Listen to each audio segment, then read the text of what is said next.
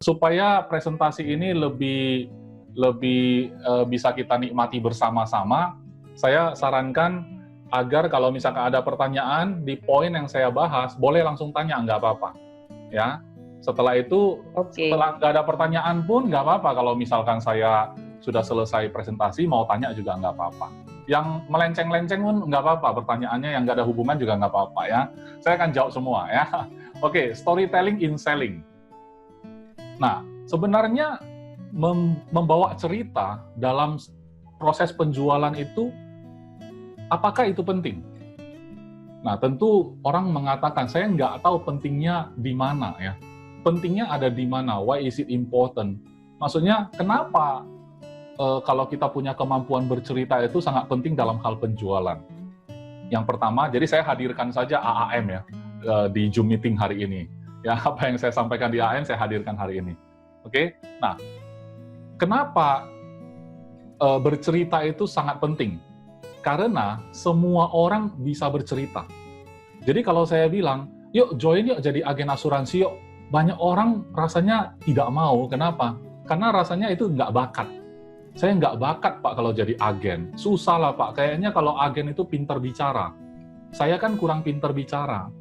Kan begitu ya. Mungkin ada dari teman-teman yang hadir hari ini juga merasa, saya tidak sebagus leader saya kalau bicara. Saya ini ngomong aja susah gitu loh. Jadi rasanya nggak mungkin lah saya bisa sukses jadi agen. Nah, hari ini kabar gembira bahwa semua orang bisa bercerita. Tidak semua orang bisa jualan, tapi semua orang bisa cerita. Kalau nggak percaya, ya, kalau nggak percaya, teman-teman pasti punya teman kan, yang bisa diajak curhat, betul nggak? Jadi kalau misalkan teman-teman ada masalah gitu kan, paling tidak bisa cerita ke orang tua. Atau kalau susah cerita ke orang tua, pasti cari teman yang ngerti hati kita, kemudian kita cerita sama dia. Itu sebenarnya storytelling, teman-teman. Jadi, kenapa itu penting? Karena semua orang bisa cerita, supaya dia merasa dia qualified untuk jadi agen. Supaya dia merasa dia juga bisa sukses dalam hal penjualan. Karena banyak saya melihat gara-gara dia merasa dia tidak bisa presentasi, dia merasa dia nggak mungkin sukses di asuransi. Dia merasa dia kurang pintar bicara, ya kan, tidak profesional dalam bicara, dia merasa dia tidak bisa sukses di asuransi. Sementara presentasi terbaik adalah kayak ngobrol. Ya, kalau semua orang bisa ngobrol, siapa yang bisa ngobrol, dia bisa sukses jadi agen asuransi. Jadi kalau ngobrol benar-benar susah, nanti belajar ngobrol aja dulu. Nggak usah belajar jualan, belajar ngobrol aja. Nah, baru kita poin kedua dari saya, kenapa storytelling itu penting? Karena bukan hanya semua orang bisa cerita, tapi semua orang suka cerita, teman-teman. Ketimbang presentasi, betul nggak? Apalagi presentasinya asuransi, siapa yang suka? Kalau kita ngomong mati gitu kan, cacat, kemudian sakit kritis, nggak ada yang suka, ya kan? Apalagi image orang terhadap agen asuransi itu adalah tukang ngejar-ngejar. Begitu dia buka cerita, ya dia kasih kesempatan, oh agen ini kayaknya susah susah ditolak gitu. Kenapa? Agen itu ada image di mata nasabah itu, nanti kalau saya sudah kasih kesempatan, waduh, susah nanti untuk saya tolak. Jadi mereka berpikir mendingan saya nggak usah kasih kesempatan dari awal gitu loh. Oleh sebab itu teman-teman, kita harus masuknya itu halus. Artinya orang itu suka cerita dari berbagai kalangan. Coba lihat dari anak kecil. Anak-anak masih kecil aja, gurunya mengajarin ABC aja pakai cerita. Pakai nyanyi lagi. 1 ditambah 1 sama dengan 2 pun dinyanyiin. Kenapa? Karena anak-anak suka cerita. Nah, orang dewasa suka cerita. Iyalah, waktu selama kita di rumah aja ini, masa-masa stay at home, work from home, itu kan, kita juga nonton drama Korea. Banyak ibu-ibu suka nonton drama Korea. Itu kan cerita juga, ya kan? Bapak-bapak suka dengar cerita politik, suka dengar cerita sejarah. Sampai orang udah tua banget juga dia suka dengar cerita lah pokoknya ya. Jadi semua orang menurut saya kalau namanya cerita orang suka. Kepo ya, orang suka kepo gitu loh. Pokoknya ada gosip gitu, wah suka gitu loh. Jadi Saya rasa itu sangat penting. Kalau memang itu jalur yang gampang, kenapa kita nggak pakai untuk penjualan gitu, ya? Nah, yang keempat adalah kenapa harus pakai cerita? Kenapa itu penting? Karena cerita bisa menaikkan harga, teman-teman. Percaya nggak? Kalau tanpa cerita, kita jual, kemarin saya pakai contoh apa ya? Pakai contoh kopi deh, kopi. Kopi itu kan sebenarnya kopi itu cuma air sama kopi. Jadi saya mau jual berapa ini segelas secangkir kopi? Ya, saya minum dulu ya. Nah, segelas kopi sebenarnya modalnya murah. 5.000 mungkin sudah bisa. Tapi ada yang jual sampai 50.000, ada yang 100 ribuan. Satu gelas. Apa sih yang membedakan? Kopi juga sih sebenarnya. Yang membedakan adalah ceritanya. Iya kan? Kalau kita bilang, enggak Pak, itu brand Pak, brand. Starbucks itu brand Pak. Iya, itu kan cerita. Emang kenapa kalau Starbucks? Kalau kita nggak pernah tahu itu Starbucks siapa, kita nggak pernah dengar cerita, Starbucks itu sebenarnya perusahaan kopi yang, kafe yang sudah mendunia, kemudian siapa yang belum pernah minum Starbucks, belum pernah ngopi deh pokoknya gitu kan, akhirnya orang mau nyoba gitu. Itu kan cerita sebenarnya. Ya kan? Kemudian ballpoint atau apapun lah, misalnya handphone gitu kan, kan sebenarnya apapun yang kita beli, sebenarnya kita beli cerita. Makanya barang branded itu mahal dan tetap laku. Kalau dari secara fungsi, ya kan, sebenarnya tidak perlu beli barang mahal. Kayak mobil, ya kan, handphone, HP buatan Cina juga sudah bisa sebenarnya. Tapi kenapa orang tetap beli brand yang mahal? Supaya ada cerita.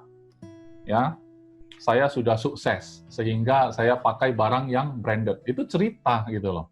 Ya, teman-teman ya. Yang keempat, kemudian, kenapa penting? Karena dengan cerita, hal rumit menjadi mudah. Oke, Ibu Henny mau bertanya ya? Silakan.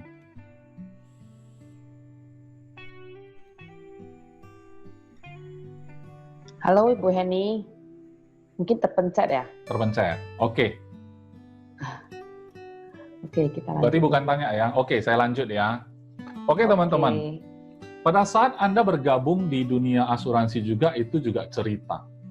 Jadi saya mungkin waktu rekrut orang, saya suka pakai cerita ini, teman-teman. Saya kasih contoh storytelling, tapi ini dalam rekrut. Saya bilang begini, teman-teman, semua orang pasti mau cari uang kan? Nah, jadi orang cari uang makanya masuk ke sebuah bisnis. Iya. Terus kita cari tahu gimana supaya berhasil di bisnis itu. Supaya apa? Supaya kita menjadi sukses dan kaya, gitu kan? Nah, ini ada cerita menarik, saya cerita seperti ini. Saya bilang, pernah nggak nonton film silat zaman dulu? Ya, zaman dulu itu ada film silat yang konon ceritanya anak kecil yang orang tuanya dibunuh oleh perampok mungkin ya, dan akhirnya orang jahat lah pokoknya, satu keluarga dibunuh di depan anak ini, di depan mata dia, sehingga dia trauma sekali. Akhirnya perampok ini semua udah kabur, dia selamat sih, tapi diselamatkan seorang guru silat. Orang tua ya, punya ilmu yang hebat sekali, sakti gitu kan. Akhirnya diangkatlah anak ini jadi murid dia. Singkat cerita, anak ini membesar, dipelihara oleh guru ini dengan satu target.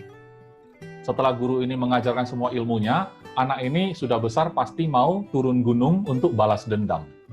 Jadi tujuan hidup dia itu adalah balas dendam. Itu adalah tujuan. Kalau dia nggak balas dendam, maka dia merasa hidupnya sia-sia. Karena orang tuanya dan saudaranya semua dibunuh oleh orang jahat ini. Singkat cerita, sudah tiba waktunya, dia sudah sakti, kemudian dia turun gunung. Nah, dia carilah kemana-mana itu musuh bebuyutannya. Akhirnya, setelah sekian lama dia mencari musuh itu, ternyata dia dapat sebuah kabar yang cukup mengejutkan. Kabarnya adalah musuh yang dia cari-cari ternyata sudah meninggal semua, teman-teman. Kira-kira orang yang belajar ilmu belasan tahun seperti itu, dengan satu tujuan yang sangat-sangat jelas, tiba-tiba targetnya menghilang. Sudah mati duluan. Jadi untuk apa saya belajar ilmu gitu loh, betul nggak? Ilmu ini saya mau pakai ke siapa gitu loh. Orang targetnya sudah saya yang saya mau kejar itu sudah meninggal duluan gitu loh. Jadi akhirnya itu jauh lebih frustrasi, teman-teman. Kalau kita masih mau balas dendam, kemudian belum terbalaskan, orangnya masih berkeliaran, kita masih punya target. Nah, orang yang masih punya target, masih senang hidupnya. Yang paling stres itu adalah, begitu dia mau balas dendam, orangnya udah mati duluan. Ya, nggak ada kepuasan lagi gitu loh. Akhirnya apa? Akhirnya, saya mau pakai cerita ini untuk rekrut. Saya mau bilang, kamu yakin kamu mau cari duit dan supaya kaya? Kamu udah tahu belum akhirnya hidup orang kaya itu kayak apa? Kamu udah survei belum? Tanya dulu orang kaya yang benar-benar kaya ya, jangan yang nanggung-nanggung. Kita tanya dulu orang kaya itu, Pak atau Bu, kamu udah kaya banget gitu, itu hidup kamu itu mau apa lagi selanjutnya? Nah, menurut teman-teman, supaya punya interaksi nih ya, menurut teman-teman, orang yang sangat kaya, uangnya udah banyak banget, ya kan? Targetnya nggak mungkin beli mobil mewah, karena sudah punya juga. Rumah mewah sudah punya juga, kan? Anak cucu sudah hebat gitu loh. Kira-kira orang sangat kaya ini, kelanjutannya mau ngapain, teman-teman? Menurut Anda, apa tujuan hidup dia selanjutnya? Ayo, teman-teman.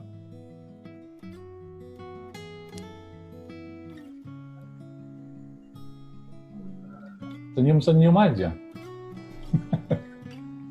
Oke, kalau nggak ada yang jawab, saya jawab. Berdasarkan survei, orang sangat kaya itu biasanya mereka berpikir untuk melakukan perbuatan baik, beramal, kegiatan sosial. Kenapa? Karena uangnya udah terlalu banyak. Untuk anak cucu pun sudah berlebih sebenarnya. Jadi dia nggak ada lagi keinginan yang untuk dirinya, karena dirinya udah lebih dari cukup gitu ya. Ada yang mau donasi membantu sesama, oke. Hidup santai aja, oke. Menikmati masa tua, oke. Semua benar, teman-teman. Cuman yang lebih menonjol adalah akhirnya orang sangat kaya itu mereka akan aktif untuk melakukan kegiatan sosial. Setuju ya teman-teman ya? Ternyata berbuat baik juga ujung-ujungnya. Lah sekarang pertanyaan saya, kalau tujuannya berbuat baik ujung-ujungnya, emang harus tunggu kaya? Kalau harus kaya baru bisa berbuat baik, ya teman-teman ya. Semua orang sudah kaya, siapa yang turun tangan? Semua pakai duit. Siapa yang turun tangan di lapangan? Semua sudah kaya. Semua mau pakai duit. Misalnya ya, saya sama Ibu Susanti, kita beradu mulut, ya kan? Bu Susanti, Ibu aja lah yang turun tangan, saya pakai duit saya aja pokoknya. Bu Susanti ngomong begini, Pak Iskandar, jangan macam-macam, gue juga punya duit, Bapak aja yang turun tenaga, saya turun duit. Bapak turun tenaga mau nggak? Akhirnya nggak ada yang mengalah gitu. Jadi kalau konteksnya berbuat baik harus kaya dulu, saya rasa kelamaan ya, harus nunggu kita kaya gitu ya, lama banget gitu loh, kasihan banget ya orang yang membutuhkan pertolongan gitu ya. Akhirnya, kenapa saya pilih asuransi? Karena asuransi itu adalah salah satu bisnis di mana saya bisa berbuat baik sampai saya kaya.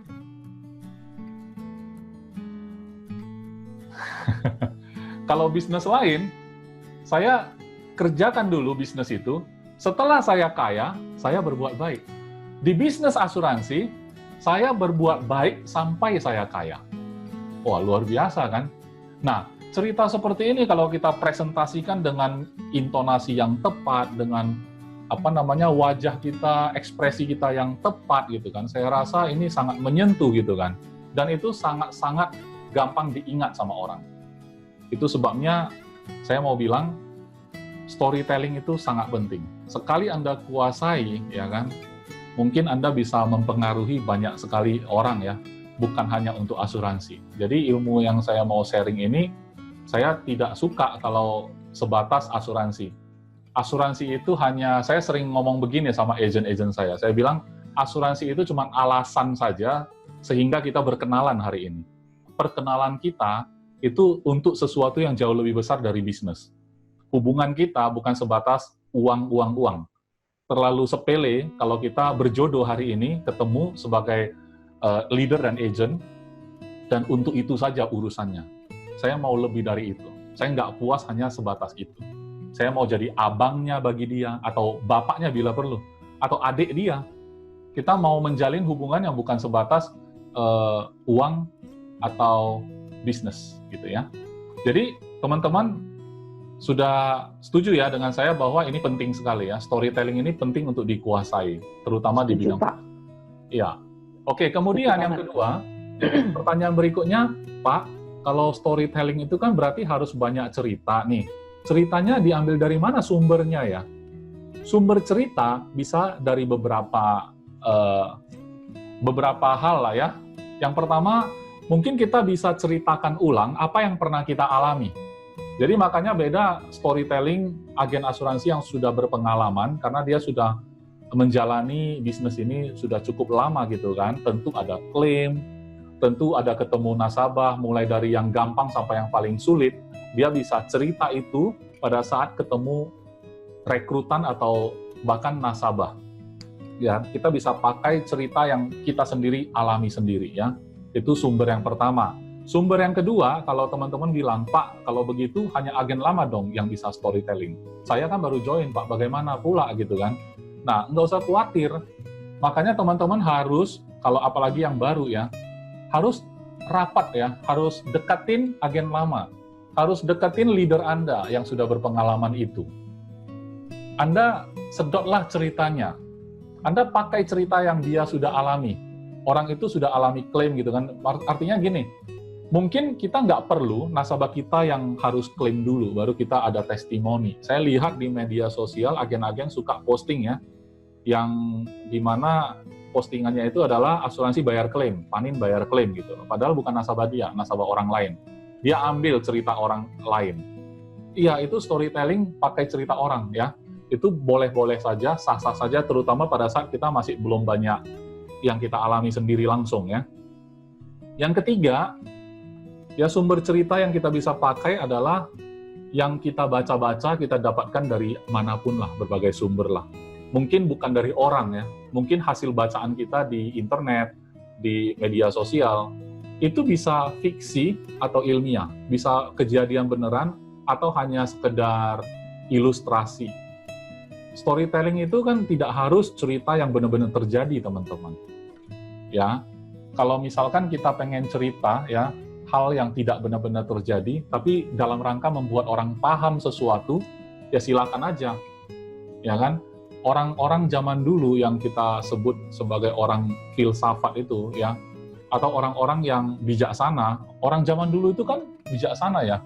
Bayangan saya itu kalau di Tiongkok sana, orang bijaksana itu udah tua, ya, jenggotnya putih, terus kalau ngopi kan sambil ini dulu pegang-pegang jenggot gitu kan, kayaknya bijaksana banget. Begitu dia ngomong gitu kan, omongannya luar biasa gitu kan, dan itu langsung jadi catatan, jadi quote lah zaman dulu ya. Cuman zaman dulu kan nggak ada media sosial, jadi turun-temurun ceritanya, jadi diturunin cerita-ceritanya, akhirnya sampai ke anak cucu.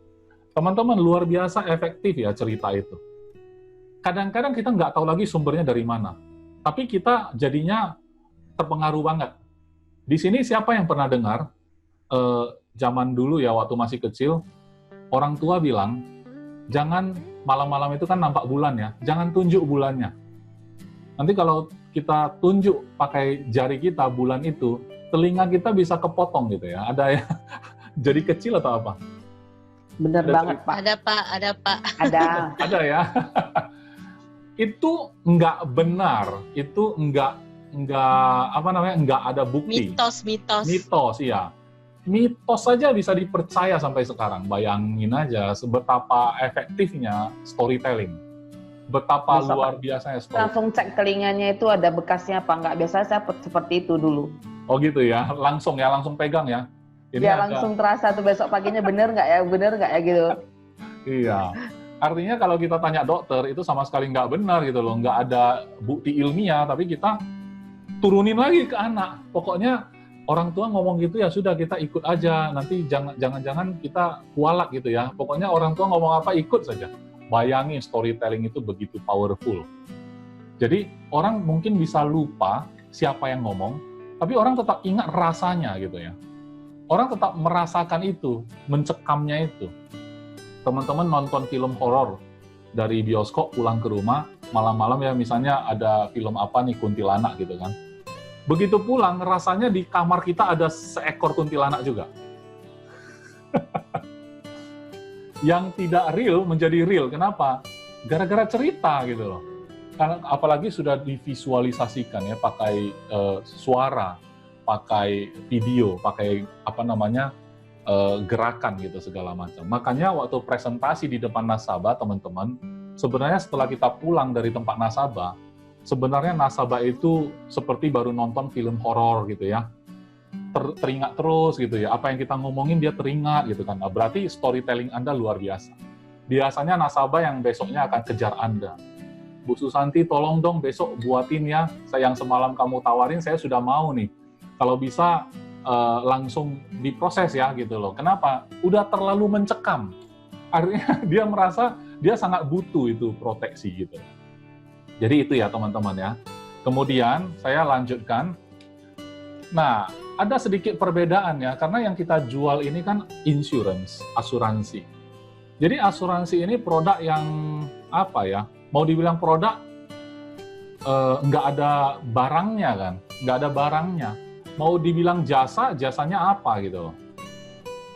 Soalnya nasabahnya harus mati dulu gitu loh. Terus mau di demo produk pun nggak bisa. Mau demo apa gitu loh. Kalau kita jualan panci, di sini kalau ada ibu-ibu yang jualan panci jago kan, berarti Anda jual asuransi jauh lebih jago. Ya kan? Harusnya ya, harusnya. Kenapa? Dengan Anda demo gitu kan, Anda demo itu kan bagi saya susah loh. Dibanding asuransi. Asuransi saya nggak perlu demo. Bagi saya. Tapi ada orang mengatakan, jual panci lebih gampang, Pak. Langsung ada barangnya, langsung dites gitu ya. Bagi saya lebih susah. Kenapa? Paling tidak saya harus menguasai gimana pakai panci. Asuransi itu cuma ngomong.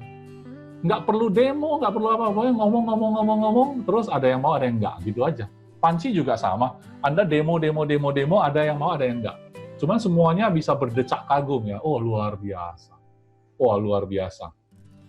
Wah, keren sekali. Panci ini ditumpuk-tumpuk, itu matang semua masakannya. Sekali masak 5 gitu kan, langsung matang, luar biasa. Bu, mau beli, Bu? Nanti saya pikir-pikir dulu, tanya suami. Ya, beli panci, istri tanya suami. Tawarin asuransi sama suami, tanya istri. Itu sebenarnya penolakan ya sebenarnya. Itu alasan aja ya. Oke, nah jadi asuransi ini gini teman-teman. Beda antara asuransi ini gini, kalau Anda hanya memberitahu produk, Pak, ini ada produk baru, sekarang one bed, Pak, modelnya. Kalau zaman dulu kan, Pak, itu pakai harga kamar 500 kan, sekarang pakai one bed. Karena harga kamar itu kan 500.000 misalnya. Dulu bagus, sekarang kan sudah susah cari kamar 500. Tahun depan mungkin lebih susah, Pak. Setiap tahun kan beda. Nah, jadi ini keunggulannya, Pak, pasang tabel ini, pakai tabel MBX. Kemudian kita ngomong-ngomong. Itu masuk ke logik, teman-teman. Hanya masuk ke logika, tidak masuk ke emosi. Karena itu hanya bersifat teknis gitu loh. Tidak serta-merta membuat saya mau, tapi membuat saya tahu. Teman-teman harus bedain, apa yang membuat orang jadi mau, beda sama sekali berbeda dengan apa yang membuat orang jadi tahu. Kalau Anda hanya pinter jelasin produk, Anda cuma pinter membuat orang jadi tahu. Yang tidak tahu jadi tahu, gitu aja. Tapi belum tentu Anda mampu membuat dia jadi mau. Jadi storytelling bisa membuat orang jadi menginginkan, mau, jadi mau gitu loh. Yang tadinya nggak tahu jadi tahu, kemudian setelah tahu dia mau juga. Gitu ya. Makanya yang hebat jualan panci itu, dia harus mainkan emosi juga. Setelah hebat gitu, ya pancing emosinya gitu kan. Si A aja udah beli, si B aja udah beli, si C aja sudah beli. Bisa dicicil loh, sebulan baru berapa lah gitu loh. Per hari sekian, kayak uang apa ya, kayak uang becak gitu loh. Udah dapat panci, bisa dipakai seumur hidup, dibagi sampai umur 80. Satu panci harganya 50 juta, dia bagi sampai 80 tahun umur dia. Ini bisa diwariskan ke anak cucu, jadi terusin lagi gitu kan. Itu kan mancing emosi gitu kan, mancing emosi. Cuman setelah emosional, dia merasa jadi murah, teman-teman. Lucu kan, powerful sekali kalau storytelling ini tepat ya. Nanti saya kasih tahu kok contoh-contoh storytelling ya. Nah, teman-teman, berarti kita harus punya banyak bank cerita ya. Dalam benak kita itu harus banyak cerita. Kita koleksi, kita itu kolektor, teman-teman. Agen itu kolektor sebenarnya. Ya kan, ada yang suka koleksi sepatu, ada yang suka koleksi jam tangan, ada yang suka koleksi apa gitu, gadget dikoleksi gitu kan dari seri dahulu sampai yang terbaru gitu kan, semua ada. Nah, cerita dalam hal penjualan juga kita koleksi aja. Saya yakin teman-teman udah punya banyak cerita juga setelah sekian lama menjadi agen ya. Nah, cerita itu mau keluarin yang mana, itu tergantung Anda jumpa siapa. Jadi, who do you tell the story to? Jadi sekarang saya punya satu cerita misalnya. Cocok nggak ya saya ceritain ini ke orang ini gitu loh. Kalau saya cerita soal anak gitu ya, kita sayang anak lah, bla bla bla gitu-gitu. Ternyata dia belum married, kan kacau banget ya, fatal banget ya. Kita waktu cerita nggak tepat sasaran gitu loh, fatal sekali. Nah jadi waktu kita mau cerita pun kita harus, setelah kita sudah banyak bank cerita kita sudah banyak, kayak buku lah, kitab lah ya, kayak kitab gitu kan. Nah cuman halaman keberapa kita mau pakai untuk cerita ke orang yang di depan kita ini. Anda harus punya feeling, Anda harus punya insting juga ya. Artinya ini mau pakai yang mana ini ya? Kayaknya ini cocok deh gitu loh. Kadang-kadang saya coba pakai cerita satu gitu kan. Orang itu nggak ada terpengaruh sama sekali. Karena dia nggak bisa hubungkan dengan keadaan dia. Kayaknya dia denger juga kayak biasa aja sambil lalu gitu. Jadi setelah kita cerita, kayaknya biasa aja dia. Nah, berarti cerita ini nggak cocok sama dia. Tapi karena kita banyak cerita, mungkin dengan segera kita switch ceritanya. Makanya kadang-kadang kita dengar ya, kalau orang dengar ceramah gitu ya, ada poin-poin tertentu dia dapat poinnya. Ting, ya, oke, saya dapat ini, dia catat. Tapi orang sebelah nggak catat. Kenapa? Nggak kena ke dia. Nggak kena ke dia. Semua yang diceramahin, itu semua masuk akal, tapi nggak masuk ke hati. Logik dan emotion kan, mungkin logik tapi nggak kena ke emosi dia, jadi lewat begitu saja. Benar sih, benar gitu, tapi ya udah benar, setuju, tapi nggak ada membuat dia terasa apa-apa. Nah, tiba-tiba orang yang sama nih, dia lanjutin ceritanya, tiba-tiba yang tadi nggak dapat apa-apa, tiba-tiba dapat sesuatu, tiba-tiba gantian dia yang catat. Terus teman yang tadi nyatat, waktu ngomongin poin kedua, dia nggak nyatat apa-apa. Kenapa? Karena dia nggak dapat apa-apa. Kenapa ada orang yang dapat sesuatu di poin A, ada yang dapatnya di poin B? Karena orang itu selalu menghubungkan keadaan dia. Makanya kadang-kadang kalau kita pakai cerita yang nggak nyambung, nggak closing. Nah, teman-teman, di dunia asuransi, saya kan sudah lumayan lama sih ya. Saya melihat ada leader-leader membuat sales talk. Ceritanya sales talk ya. Teman-teman mungkin pernah dengar orang yang cold calling, masuk ke toko-toko ya. Pokoknya dia buat survei lah, apalah, pokoknya ceritalah. Di sana sebenarnya cerita dia. Pak, boleh minta waktunya 3 menit saja Pak, kita dari lembaga keuangan gitu-gitu, pada asuransi gitu kan. Pokoknya dia kemas lah. Pokoknya kita lagi bikin survei Pak, kamu dari asuransi ya? Kira-kira ya lembaga keuangan lah Pak, nanti kita survei dulu ya Pak, baru nanti saya mungkin ceritakan kira-kira dari mana kita gitu loh. Nanti dia cerita gitu kan.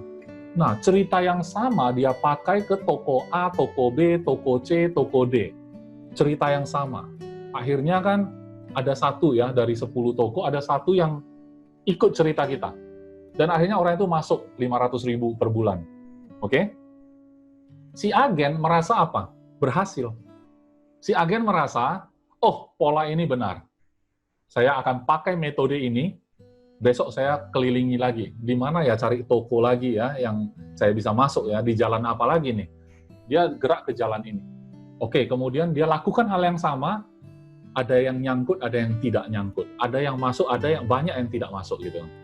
Itulah kabar buruknya. Masih berhasil. Sehingga dia merasa cara itu benar. Nah, teman-teman bayangin, kalau dia pakai satu cerita yang sama ke semua orang dia pukul rata, itu pun masih menghasilkan. Betapa luar biasanya ketika Anda punya 1000 cerita.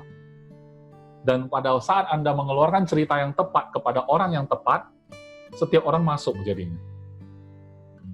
Anda penasaran nggak pengen menguasai ilmu seperti itu? Kan begitu ya. Tapi ilmu ini nggak bisa diturunkan begitu saja, karena yang saya bisa turunkan adalah ceritanya saja. Tapi pada saat sensitivitas Anda mau pakai cerita yang mana, Anda yang harus sendiri alami gitu loh. Anda sendiri yang harus menimbang-nimbang, kemudian Anda keluarin deh gitu loh, mau pakai cerita yang mana. Nah, di sana baru Anda bisa sesuaikan lah gitu loh. Karena kalau saya turunkan itu ya beda, nggak mungkin gitu loh, nggak mungkin. Ilmu silat aja, ilmu kungfu atau karate deh, karate. Dia, si guru itu, instruktur itu cuma melatih gerak refleksnya si murid. Pokoknya tendangan itu seperti ini ya, coba naikkan kakimu, teng, teng, teng gitu kan. Dia pakai boneka lagi. Seolah-olah musuh yang dipukul itu patung gitu. Nggak mungkin kan waktu berantem itu, bener-bener berantem itu, masa musuhnya kayak patung gitu loh. Tendang kepalanya, tendang lagi perutnya, masa dia nggak ngelawan kan nggak mungkin. Tapi waktu latihan, dia seolah-olah pakai patung. Ya kita anggap dulu dia nggak melawan gitu loh. Sampai kita refleks. Nah, nanti kalau udah di lapangan, baru tergantung si murid lah. Kalau refleksnya sudah ada, tergantung muridnya sekarang. Waktu benar-benar berkelahi, gitu kan, dia keluar jurus apa nih? Dia harus sesuaikan lah pada waktu itu. Nggak bisa dijelaskan waktu dia latihan gitu, nggak bisa. Waktu latihan ya jelasin pukulan-pukulan yang normal gitu. Jadi cerita saya sampaikan hari ini. Tapi teman-teman mau pakai yang mana? Teman-teman yang harus sensitif. Harus ada refleks sendiri nanti di on the spot ya. Oke, kemudian berikutnya. Di dalam sales cycle, teman-teman kalau dunia asuransi ini kan kita sudah tahu. Pertama, kita bikin daftar nama. Dari mana asalnya daftar nama? Pokoknya buatlah 100 nama gitu kan ya. Nah, 100 nama ini kan kalau bisa kita PDKT, approaching. Jadi prospecting, approaching kan. Approaching itu kan mungkin pakai telepon lah, bikin janji temu, atau ngobrol lah, ketemu dia gitu ya. Sounding-sounding dulu lah kan gitu ya. Baru apa? Baru fact finding. Setelah approaching, setelah dapat appointment kan ketemunya itu tujuannya fact finding dulu, ngobrol-ngobrol, cari tahu keadaan dia bagaimana, anaknya ada berapa, bisnisnya apa, supaya kita tahu nih mau pakai cerita apa, kan begitu. Nah, fact finding. Baru kemudian presentasi dong. Setelah fact finding, presentasikan konsep kita, kemudian produk kita. Akhirnya bikin proposal kan. Nah, kalau tidak ada masalah, closing. Kalau tidak ada masalah. Tapi kalau ada masalah, namanya handling objection. Sales cycle kan seperti itu. Jadi prospecting, approaching, fact finding, closing. Tapi sebelum closing, kadang-kadang handling objection, baru closing. Setelah closing, baru after sales service, kemudian minta referensi. Kalau sudah minta referensi, dia masuk ke prospek. Karena dia masuk ke list nama. Referensi yang kita dapatkan, dia masuk ke poin nomor 1 balik. Makanya siklus. Jadi teman-teman, jangan abaikan siklus ini. Di dunia asuransi, ya kan, siklus ini sangat penting untuk kita kuasai. Ada yang memang kita bisa bypass. Bisa bypass nih, langsung masuk ke closing. Ada nggak kejadian yang langsung masuk ke closing, nggak pakai telepon, nggak, pokoknya ketemu aja, teman lama nih, ngomong sebentar langsung closing? Nggak bisa aja. Karena kemarin saya juga, dulu-dulu saya pernah lah ada lihat agen yang sudah usianya 70-an tahun lebih, ibu-ibu ya, kita panggil dia Inang Tua, di perusahaan asuransi saya yang lama. Inang Tua kita panggil. Kebetulan dia istri seorang profesor, guru besar, dokter. Jadi kalau dokter-dokter mau ngambil spesialis, ya gurunya adalah suami dia. Jadi si Inang Tua ini kalau prospek, dia agen asuransi soalnya. Dia tinggal nelpon para dokter itu, yang adalah murid-murid dari suaminya. Dia telepon, ini tante ya, ibu pasar ibu kan gitu kan. Terus, oh iya tante, ada apa ya? Ini loh tante kurang target ini. Masih kurang 50 juta. Nanti tante kirimkan ini aplikasi kamu, tolong tanda tangan ya. Nanti supir saya antar ke sana. Oh iya ya, siap-siap tante. Langsung closing. Produknya apa nggak tahu. Bypass semua sales cycle. Teman-teman, don't try this at home. Karena kamu bukan istri dari guru besar dokter kan. Nggak bisa. Jadi kita harus bedain. Kita nggak bisa tiru apa yang dilakukan agent tertentu gitu ya. Tapi ilmu itu nggak bisa diturunkan. Kenapa? Karena itu kapasitas dia itu siapa gitu loh. Makanya saya lebih tertarik kalau kita sampai satu tahap di mana Anda itu siapa di mata nasabah. Itu lebih tinggi lagi ilmunya. Kalau Anda sudah bisa bermanfaat atau memberi dampak dalam keluarga dia, ya kan? Saya pernah sih kasih contoh yang lebih ekstrim ya sebenarnya. Misalnya ada sebuah keluarga yang hampir hancur gitu ya, masalah suami istri. Kebetulan saya dipandang bisa menengahi. Terus saya menengahi mereka. Akhirnya mereka rukun kembali. Setelah itu mereka punya anak lagi. Setelah itu mereka harmonis sampai hari ini. Kira-kira keluarga ini kalau mau masuk asuransi berani nggak cari orang lain? Saya memberi dampak udah lebih dari agen. Ya kan? Mungkin saya bagi dia udah kayak bapak dia gitu loh. Berani nggak dia masuk asuransi sama orang lain? Nggak mungkin lagi. Jadi saya ini siapa gitu kan? Di mata nasabah itu jauh lebih penting ketimbang saya ini jual apa. Kalau saya ini siapa sudah terbentuk, saya jual apapun dia pasti beli. Ya kan, itu ilmu yang lebih tinggi lagi, kayak inang tua tadi itu. Makanya nggak bisa ditiru kalau udah kayak gitu. Oke, teman-teman, itu tentang storytelling. Ini judulnya parables, ini perumpamaan ya. Parables ini sebenarnya perumpamaan. Inilah story-nya gitu ya. Inilah story yang bisa kita pakai untuk cerita konsep ke calon customer kita. Contoh, saya kasih contoh satu nih. Ini sering saya cerita di kantor saya, atau beberapa kantor yang saya sudah pernah sharing. Tapi karena topik ini memang storytelling, ya saya keluarin lagi gitu ya. Ini ada batu di ransel kita, stones in your backpack. Jadi ini ceritanya gini, zaman dahulu kala, ini cerita fiktif ya. Pak, saya kan kalau ngomong asuransi, Bapak bilang beban. Ya kan? Beban ini bayar premi terus, ya kan? Udah biaya hidupnya berat gitu kan. Suruh saya bayar premi lagi, makin berat hidup saya. Kamu belum datang aja hidup saya sudah berat gitu ya. Terus kita bilang, lebih berat lagi kalau nggak ada asuransi Pak, kan gitu kan. Kata siapa? Sekarang aja udah berat. Emang asuransi gratis? Enggak sih, harus bayar premi. Makanya makin berat dong. Kan gitu. Iya, tapi kalau Bapak sakit, kan lebih berat. Ya, tapi nyatanya saya nggak ada duit lagi untuk bayar gitu kan. Jadi mungkin nggak soft ya, kita tabrak gitu ya. Kayaknya dia udah bilang nggak mau, dia udah bilang berat, kamu bilang nggak berat lah, ya kan? Kalau sakit lebih berat kan gitu kan. Memang itu poinnya benar, logik, tapi nggak emosional. Oke, saya pakai contoh storytelling. Nah, Pak, ini kasus berat-berat kayak gini, ini ada cerita Pak, ini cerita lucu Pak. Nah, jadi ceritanya gini, seorang anak muda itu mengembara. Dia lewat di satu sungai, dia udah capek, Pak. Akhirnya dia istirahat dulu nih. Dia kan ada bawa ransel. Tiba-tiba ada kakek tua, kelihatannya sangat bijaksana. Dia datengin anak muda ini. Dia bilang, anak muda, di sebelah-sebelah kamu itu banyak batu. Ya, masukkan batu-batu ini ke dalam ranselmu. Besok pagi, kamu pasti senang banget sekaligus sedih. Kamu senang banget sekaligus sedih. Apa maksudnya, Kek? Kamu lakukan aja, besok kamu akan ngerti. Ya sudah. Ya udah, dia masukin batu kan, Pak.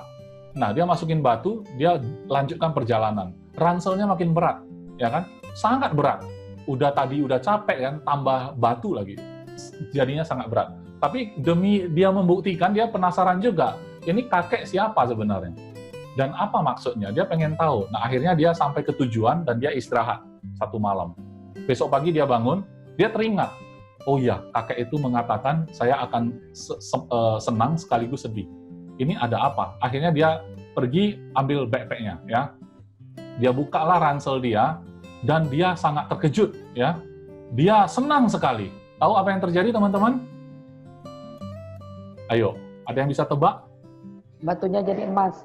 Oh, batu jadi emas. Ibu Susanti pernah dengar ya? Di AM, Pak. Batu jadi emas. Apa nggak senang, teman-teman? Iya kan? Tapi dia sedih sekali. Kenapa? Kenapa saya nggak ambil lebih banyak gitu kan? Pak, asuransi seperti itu.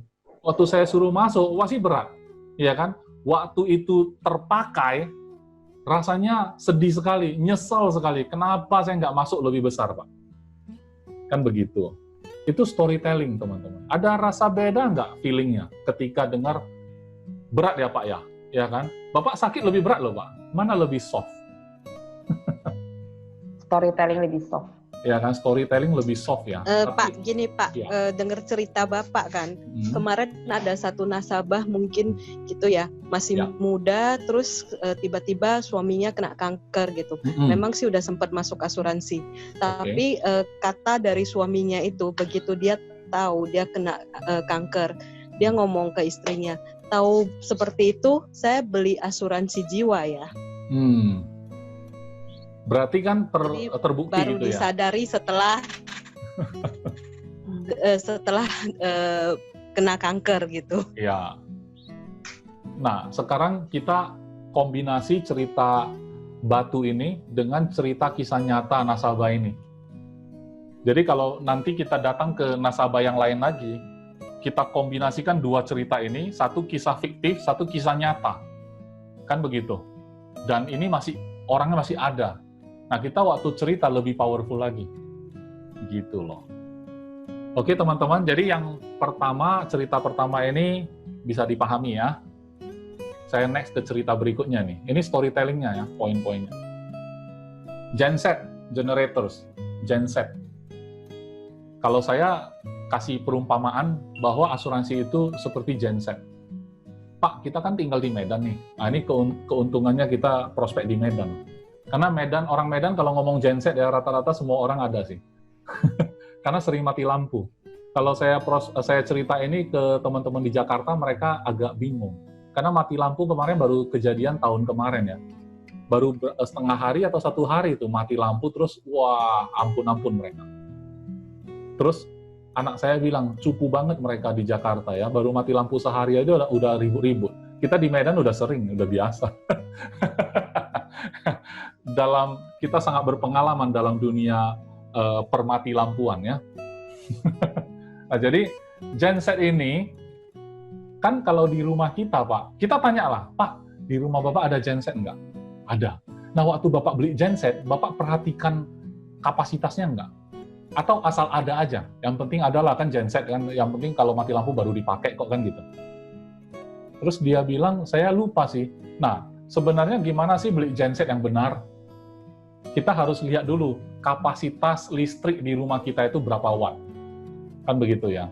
Pak Ari di rumah biasanya arus listriknya berapa watt? 1.300, Pak. 1.300 ya. Nah, kalau Pak Ari beli genset yang kapasitas 800 watt atau 500 watt, agak kecil ya, supaya senyap dan hemat juga. Kan begitu. Kan lebih hemat. Nah, belilah 500 watt lah katakan. Tiba-tiba mati lampu nih. Terus Pak Ari sedih, bercampur gembira. Sedih karena mati lampu, gembira karena ada genset, kan begitu? Kemudian sedih balik, kenapa? Karena waktu dinyalain gensetnya, AC-nya dimatiin. Nggak narik dia. Cuma bisa nyalain lampu. Pak, kalau kita punya asuransi, ya kan, tapi tidak sesuai sama kapasitas kita, ya kira-kira kayak gitu, Pak. Bisa nyala, Pak. Tapi nggak bisa nyalain semua, Pak. Banyak peralatan elektronik di rumah yang harus dimatiin, Pak. Begitu juga lifestyle anak-anak dan istri kita, Pak. Kalau kita nggak ada lagi dan asuransi kita memang ada, Pak, tapi tidak bisa nopang semua, akhirnya mereka harus turunkan standar mereka, Pak. Kan begitu. Soft nggak itu? Ya, genset itu asuransi. Tapi dalam konteks apa? Kita bisa pakai konteks kalau dia merasa, yang penting saya sudah punya. Kamu jangan tawarin saya lagi, saya sudah punya. Kayak bayangin Anda bisa jual genset kepada orang yang sudah punya genset, enggak? Kalau Anda nggak punya storytelling seperti ini, orang nggak beli genset lagi sama Anda. Jadi hari ini, kalau agen-agen yang luar biasa, jangankan jual asuransi ya, jual genset pasti dia mampu. Jual genset lebih gampang lagi gitu loh. Kenapa? Genset, sales stock-nya seperti tadi. Kita tinggal survei, Pak, genset kamu udah pakai berapa lama? Kan begitu. Pak, di rumah kamu ini sebenarnya kapasitas PLN-nya berapa watt? Kan begitu. Nah, setelah kita cari tahu, itu fact finding itu namanya. Begitu udah dapat faktanya, kita tinggal masukin aja secara teknikalnya. Teknisnya ya berapa watt bisa ditutupi dengan berapa watt genset, kan begitu ya. Nah, itu untuk genset. Berikutnya SDB. Teman-teman SDB tahu ya, atau brankas lah ya, kita katakan brankas ya. Nah, kalau saya pakai SDB di bank, ini cukup efektif, teman-teman. Saya udah pernah praktekin dan sangat berhasil ya. Saya bilang begini, ini terutama kalau kita mau handle, kalau nasabah bilang, saya tiap tahun ya, saya lihat ya dipotong coy sama cor ini apa ini sebenarnya? Admin lagi ya, setiap tahun naik lagi harganya. Saya kesel banget, nggak pernah klaim pun padahal, kan begitu. Bayar biaya terus, ya kan, enak-enak aja agent ini bisa jalan-jalan ya pakai uang saya, kesel dia kan gitu ya. Nah, saya pakai SDB. Saya bilang begini, Pak, kalau misalkan ada satu safe deposit box di bank, Bapak kan kalau ada SDB, Bapak harus bayar sewa kan ya? Setiap tahun Bapak bayar sewa kan ya? Oh iya. Nah, isinya berapa Pak di dalam?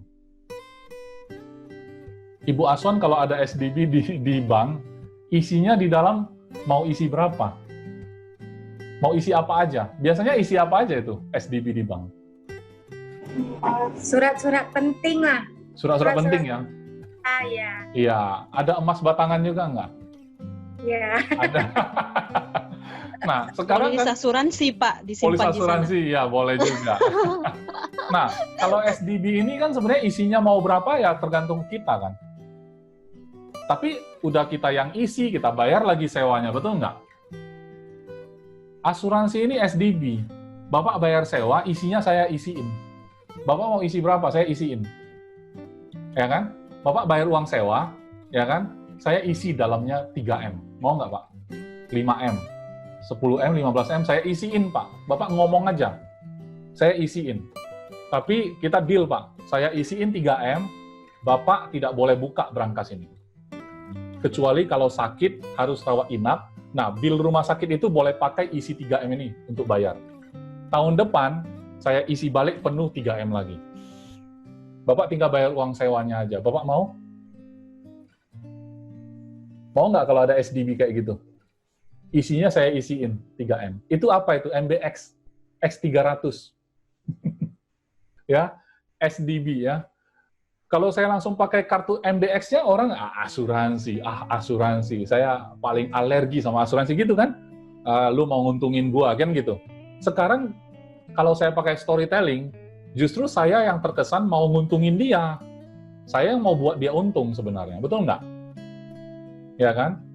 Nah, ada satu lagi cerita yang tentang rumah sakit gitu kan. Ini yang create juga salah satu tim kita juga, Pak Chandra, hadir dia hari ini ya. Dia bilang begini, dia storytelling ke saya. Dia bilang, ada di partisipan saya lihat ada Chandra. Dia pernah cerita gini, Pak, ada satu rumah sakit lagi dibangun nih. Rumah sakit ini, untuk pasiennya, dia diskon 99%. Dia diskon 99%. Kamu mau nggak kenalan sama rumah sakit ini? Mau dong, rumah sakit mana itu? Lagi dibangun, Pak. Ya, mau dong gitu kan. Nah, sebenarnya semua rumah sakit diskon 99. Ya kan? Tapi Bapak jadi member dulu sama kita. Karena 99%-nya itu kita yang bayarin. Jadi kita kerjasama sama semua rumah sakit. Jadi kita, asuransi itu kerjasama sama semua rumah sakit. Gara-gara Anda sudah jadi member, ya kan? Anda boleh pakai rumah sakit manapun, diskon 99 semuanya. Kan begitu. Jadi apa itu 1%? Premi lah. Iya kan? Jadi membuat orang merasa terlalu murah ini premi. Premi itu sebenarnya nggak ada yang mahal, teman-teman. Kalau orang bisa merasa premi mahal karena dia nggak tahu nih manfaatnya apa. Kan begitu. Dia nggak tahu ini terbuat dari apa. Kalau saya bilang ada ballpoint harga 50 juta, mahal nggak? Ballpoint harganya 50 juta, mahal nggak teman-teman? Mahal. Mahal sekali ya. Tapi kalau saya cerita di dalamnya ini, terbuat dari emas 10 gram. 10 gram udah berapa ya? Nggak cukup ya? 10 gram berapa tuh? 5 Sekarang 1 gram berapa? 1 gram 900. 900 ya? 900-an. Iya, 900-an. Supaya murah, 50 gram saya taruh. Jadi 50 gram berarti 40 juta. 40 juta kan? Berarti Iya. ballpoint ini kalau saya jual 40 juta juga jadi murah. Kan begitu. Jadi tergantung kalau dia nggak dikasih tahu, ini dalamnya ada emas, ya dia melihat apa ini pen kok sampai 40 juta. Ngapain saya beli pen sampai 40 juta? Nah, kita kasih tahu, kita cerita lagi, gitu. Kita kasih gengsi lagi, mungkin 10 gram aja udah bisa. Ya kan? Karena teman-teman tahu nggak, sebenarnya itu jam tangan apa tuh yang paling mahal tuh, yang suka orang pamer? Rolex. Rolex, Rolex. yang suka orang Rolex. pamer ya. Rolex. Itu bukan jam termahal sebenarnya, cuman itu termasuk branded. Jadi orang kalau udah beli pengen dipamer gitu kan. Sebenarnya materialnya itu mungkin jam biasa juga bisa bikin seperti itu, tapi brandnya udah terlalu mahal. Brandnya yang bikin mahal. Orang yang pakai pun bangga. Jadi untuk rasa bangga, orang bayar mahal pun puas. Padahal bangga itu soal cerita saja sebenarnya. Ya teman-teman ya. Oke, nah jadi harus, ini kenapa sampai udah di tengah masih banyak yang join ya? Luar biasa. Saya masih melihat ada yang join gitu ya. Oke, SDB selesai. Oke, ini pajak. Tax for family. Asuransi, saya paling males. Bikin beban aja gitu ya. Pak, Bapak ada bayar pajak enggak? Pajak, bayarlah. Bapak kenapa enggak menghindar aja? Oh, itu kan bohwat itu. Kalau kita nggak bayar, dikejar. Kan begitu ya? Iya kan? Tapi Bapak waktu bayar senang nggak? Nggak senang. Ya, sebenarnya sama, Pak. Sebenarnya asuransi itu pajak. Ya kan? Cuman kalau pajak pemerintah, Bapak bilangnya bohwat, nggak bisa menghindar. Tapi kenapa pajak untuk keluarga Bapak menghindari? Padahal itu untuk melindungi keluarga, Pak. Iya kan? Emangnya kita bayar pajak ke pemerintah, kalau kita ada apa-apa, anak istri kita ditanggung pemerintah nggak? Tidak. Nggak ya. Tapi kita bayar pajak itu. Kenapa kita nggak pajakin diri kita agar anak kita pasti kuliah, ya, anak kita pasti sekolah, anak kita pasti tercukupi nafkahnya, istri kita juga tercukupi nafkahnya. Kenapa nggak demi itu kita pajakin juga diri kita? Jadi asuransi itu memang harus dengan mindset bohwat itu gitu loh. Nggak boleh dihindari. Kalau dihindari sama dengan menghindari masa depan anak-anak kita. Jadi kita kaitkan ke anak dia, bukan perkara. Jadi asuransi itu bukan perkara mau masuk atau tidak, bukan. Ya, saya selalu cuci otaknya calon customer itu seolah-olah asuransi itu bukan untuk dipertimbangkan mau masuk atau tidak. Yang Anda harus pertimbangkan adalah mau masuk asuransi apa sama siapa. Nah, itu pertimbangan. Kalau untuk masuk atau tidak bukan pertimbangan, itu wajib. Tapi mau masuk yang model apa, itu boleh dipertimbangkan. Itu bisa kita diskusi. Oke? Ini filial son ini adalah anak yang berbakti. Teman-teman tahu nggak? Polis asuransi adalah anak yang berbakti. Kalau kita bilang, Pak, ini polis bisa jaga kamu. Kan gitu ya. Ya saya udah tahu, asuransi bisa jaga saya. Cuman saya belum mau lah gitu kan. Nah, mungkin kita bisa storytelling begini. Pak, Bapak punya anak berapa, Pak? 2. Wah, luar biasa. Nah, nanti kalau misalkan mereka udah besar, ya kan, apakah Bapak rencananya akan tinggal bersama mereka atau gimana, Pak? Wah, kalau soal itu kan belum tentu. Nanti lihat dulu dong. Nanti dia merit seperti apa gitu-gitu kan. Iya. Berarti kan kita kalau misalkan mendapati mereka di masa yang akan datang menjadi anak yang berbakti, berarti kita senang kan? Tapi itu belum tentu, belum pasti. Mungkin mereka berbakti sih, cuman kondisi ekonomi mereka tidak memungkinkan juga bisa terjadi. Kita belum tahu lah apa yang akan terjadi. Pak, Bapak mau nggak? Ada satu anak, Bapak lahirkan lagi seorang anak, ya. Ini Bapak kan anak 2 nih. Bapak lahirkan lagi anak ketiga nih. Nah, bedanya anak ketiga ini, Bapak hidupin dia sampai mungkin 20 tahun setelah dia dewasa, dia yang hidupin Bapak kembali. Bapak biayain dia, Tapi 20 tahun atau 25 tahun ke depan, dialah yang menghidupi Bapak kembali. Dan ini sangat berbakti anak ini. Anak mana ini? Mau adopsi nggak, Pak? Anak seperti ini. Dia garansi, dia yang akan menjaga Bapak. Oh, kalau garansi saya maulah. Di yayasan mana itu ambil? Bukan ya. Itu polis asuransi. Ya, polis asuransi, kita taunya bayar aja. Kayak biayain anak. Tapi sampai polis ini matang ya, biasanya kalau sampai kita bisa dapat uang pensiun dari sana, mungkin lebih bagus kita bicara kalau kita nanti ada produk tradisional yang sifatnya pensiun. Karena kalau saya ngomong begini, nanti pasti ada agent yang bilang, Pak, yang kita jual kan unit link, Pak. Nanti 25 tahun lagi investasinya tidak sesuai. Dia nggak bisa biayain balik nasabah, gimana, Pak? Nanti kita dituntut dong, kan begitu ya. Ya, mungkin konteksnya kita nggak bisa pakai yang sifatnya investasi seperti unit link. Tapi mungkin kalau yang tradisional ke depan, zaman dulu itu ada produk-produk unit link tradisional yang memberikan dana pensiun. Sejumlah besar dana pensiun yang bisa dipakai untuk biaya hidup dia nanti, waktu hari tua nanti. Konsep ini bisa dipakai.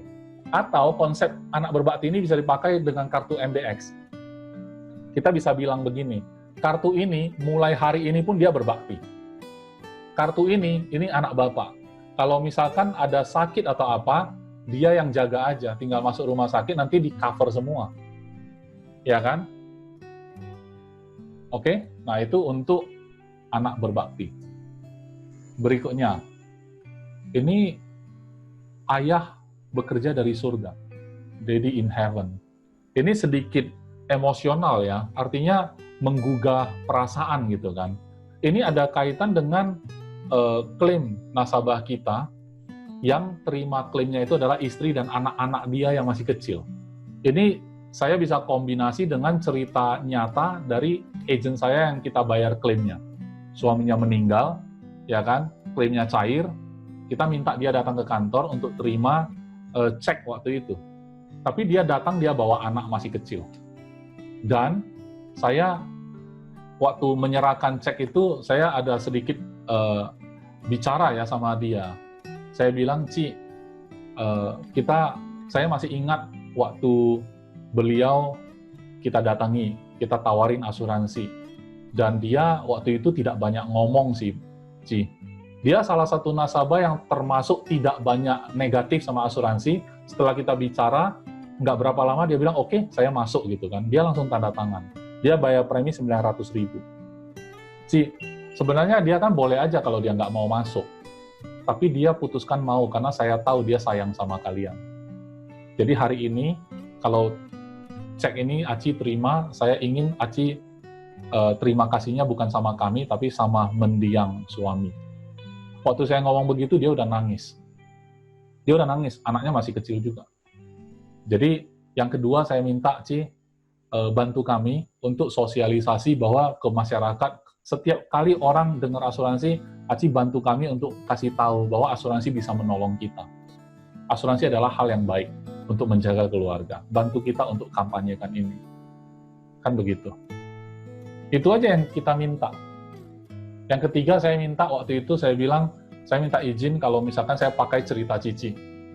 Untuk, saya nggak akan sebut nama, tapi saya izin pakai cerita Cici untuk memberitahu ke orang-orang yang mungkin akan bermanfaat lah untuk orang yang kedepannya gitu.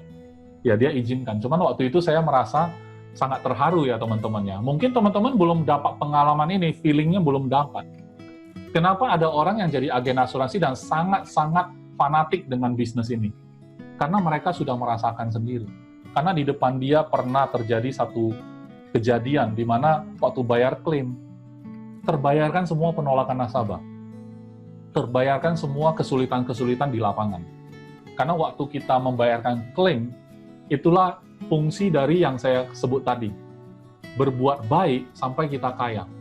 Artinya, apa yang kita lakukan di lapangan, kita menjelaskan asuransi terlepas dari diterima ataupun ditolak, tapi kita sedang berbuat baik sebenarnya. Kalau waktunya tiba, ya waktu batu itu jadi emas, yang sebenarnya akan menikmatinya adalah anak dan istri mereka. Cek, masih jalan ya? Masih Pak. Oke, Aman Pak, aman. aman ya. Oke, nah jadi saya sampai teringat, saya cerita begini sama customer ya, saya bilang, saya jadi teringat, saya pernah nonton sebuah cerita bahwa orang tuanya sudah meninggal, papanya udah meninggal, tapi mamanya di rumah masih bisa aktivitas normal. Biaya hidupnya masih terpenuhi. Ternyata anaknya bilang, Mama masih bisa normal, saya masih bisa sekolah. Emang papa masih kerja ya? Enggak, papa udah nggak ada. Berarti papa masih kerja dari surga. Membiayain kita. Tapi teman-teman waktu cerita itu pakai ekspresi yang tepat. Pakai intonasi yang tepat. Coba diasah skill ini. Kalau di lapangan teman-teman bisa asah skill seperti ini, saya yakin ya, secara logika mereka dapat, secara emosi juga mereka dapat. Setuju ya teman-teman ya? Oke, live vest. Setuju. Oke, live vest itu bisa jaket keselamatan, jaket apa? Apa ya, live vest itu apa? Pelampung. Atau kalau dalam kapal feri gitu ya, ada skoci. Ini Chandra kok enter waiting room, oke. Nah, skoci. Kalau storytelling yang satu ini, teman-teman, saya sering pakai, terutama bagi orang yang bilang, saya tidak percaya asuransi. Teman-teman, handling objection untuk nasabah yang bilang tidak percaya asuransi, biasa teman-teman pakai cara apa? Yuk kita sharing sedikit dalam hal ini. Asuransi bohong lah, nanti waktu klaim susah, waktu masuk gampang, klaim susah, sudah banyak yang kejadian kok, gitu. Biasanya teman-teman jawabnya gimana?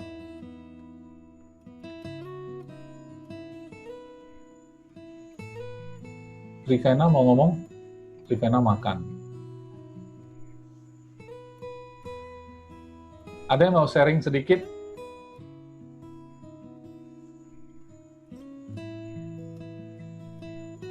Teman-teman ada yang mau sharing? Kalau ada nasabah yang mengatakan, asuransi susah lah, waktu klaim nanti susah itu, waktu masuk sih gampang. Gimana Anda menjawabnya?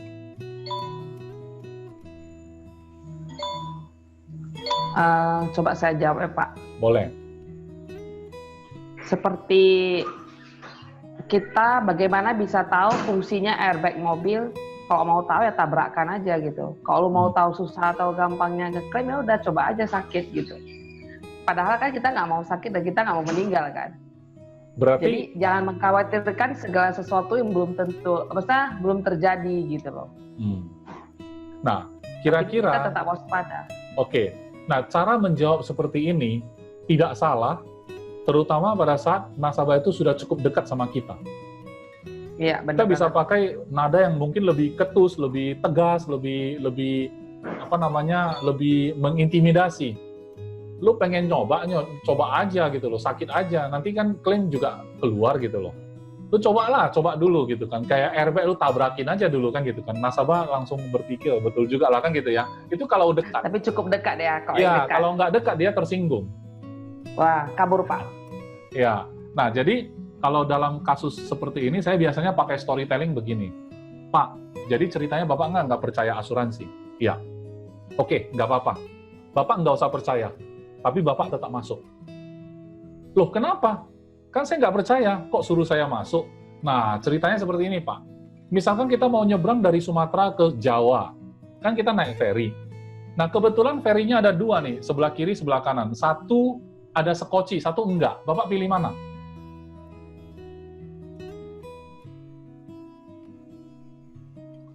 Dia bilang, saya pilih yang sekoci lah. Bapak percaya sekocinya bisa berfungsi?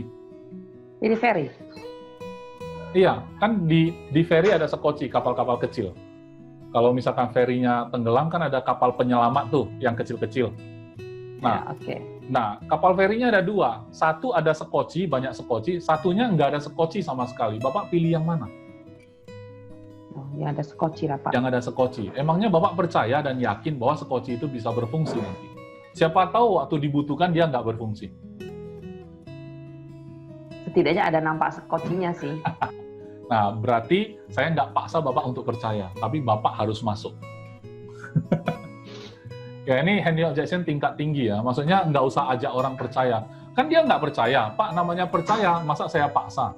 Kalau dari materi training teman-teman, orang yang mengatakan saya tidak percaya asuransi, cara menjawabnya adalah buka bukti klaim. Ini loh, saya klaim loh, ini ada bukti klaim kan. Itu kuno teman-teman. Tahu nggak kenapa? Kalau saya adalah nasabah, saya bilang, lu kan tunjukin yang klaimnya dibayar. Lu tunjukin dong yang klaimnya nggak dibayar. Jadi saya tetap nggak percaya kan. Makin kamu tunjukin, makin sebel dia. Udah nyata dia kesel, kan gitu ya. Nah, sekarang saya bilang, justru kok nggak percaya nggak apa-apa. Justru nggak usah percaya. Nggak usah percaya kok, nggak butuh percaya kalau masuk asuransi. Yang penting butuh tanda tangan aja sama bayar premi. Nanti misalnya, karena gini loh, sekoci itu pada saat mau dipakai, belum tentu bisa pakai. Itu pun kita pilih yang ada sekoci. Kenapa keluarga kita, ya kan, kita nggak kasih keluarga kita memilih bahwa bahtera keluarganya punya sekoci gitu loh. Wah, lebih emosional lagi dia kan. Ya kan? Kadang-kadang saya balik situasinya. Istri Koko kan anak perempuannya orang itu. Ya kan? Istri kamu kan anak perempuannya orang. Kalau anak perempuanmu, ya, suaminya itu nggak sediain sekoci untuk keluarga dia, kamu mau anak perempuanmu menikah sama dia? Iya kan? Enggak dong. Nah, jadi kita balik situasinya, biasanya sih cukup efektif ketika kita bisa balik situasinya. Karena ini bicara tentang dia, bukan tentang kita. Oke, saya lanjut. Ini kontrak makan siang ya, kontrak traktir makan siang, lunch treats contract. Jadi ini kita efektif ketika kita mau janji temu sama orang, mau prospek dia, tapi caranya ngajak makan siang. Mungkin teman-teman bisa praktekin ya, bisa praktekin makan siang nih bareng nih. Misalnya Ari, saya mau prospek Ari nih, ya, saya ajak. Bro, kita makan siang yuk. Siang ini bisa? Oh, bisa. Makan di mana? Ketemu lah, singkat cerita ketemu. Bro, ngomong-ngomong gini bro, mulai hari ini, gua traktir lu makan siang seumur hidup lu. Mau nggak bro? Mau Pak. Mau ya. Tapi kita harus deal dulu nih. Kalau ada apa-apa terjadi sama saya, berarti kan saya nggak bisa lagi traktir kamu nih. Saya udah nggak ada nih. Tapi waktu itu terjadi, kamu harus traktir istri dan anak-anak saya makan siang, makan pagi, makan siang, makan malam seumur hidup mereka. Mau nggak bro? Pikir-pikir dulu Pak. Pikir-pikir ya. Lah sekarang kita balik deh. Lu yang traktir gua makan siang. Kalau lu ada apa-apa, gua traktir istri dan anak-anak lu. Bukan hanya makan siang. Makan pagi, makan siang, makan malam, seumur hidup mereka. Ini kita buat kontraknya nih. Ya kan? Notarisnya siapa? Notarisnya Paninda Easy Life.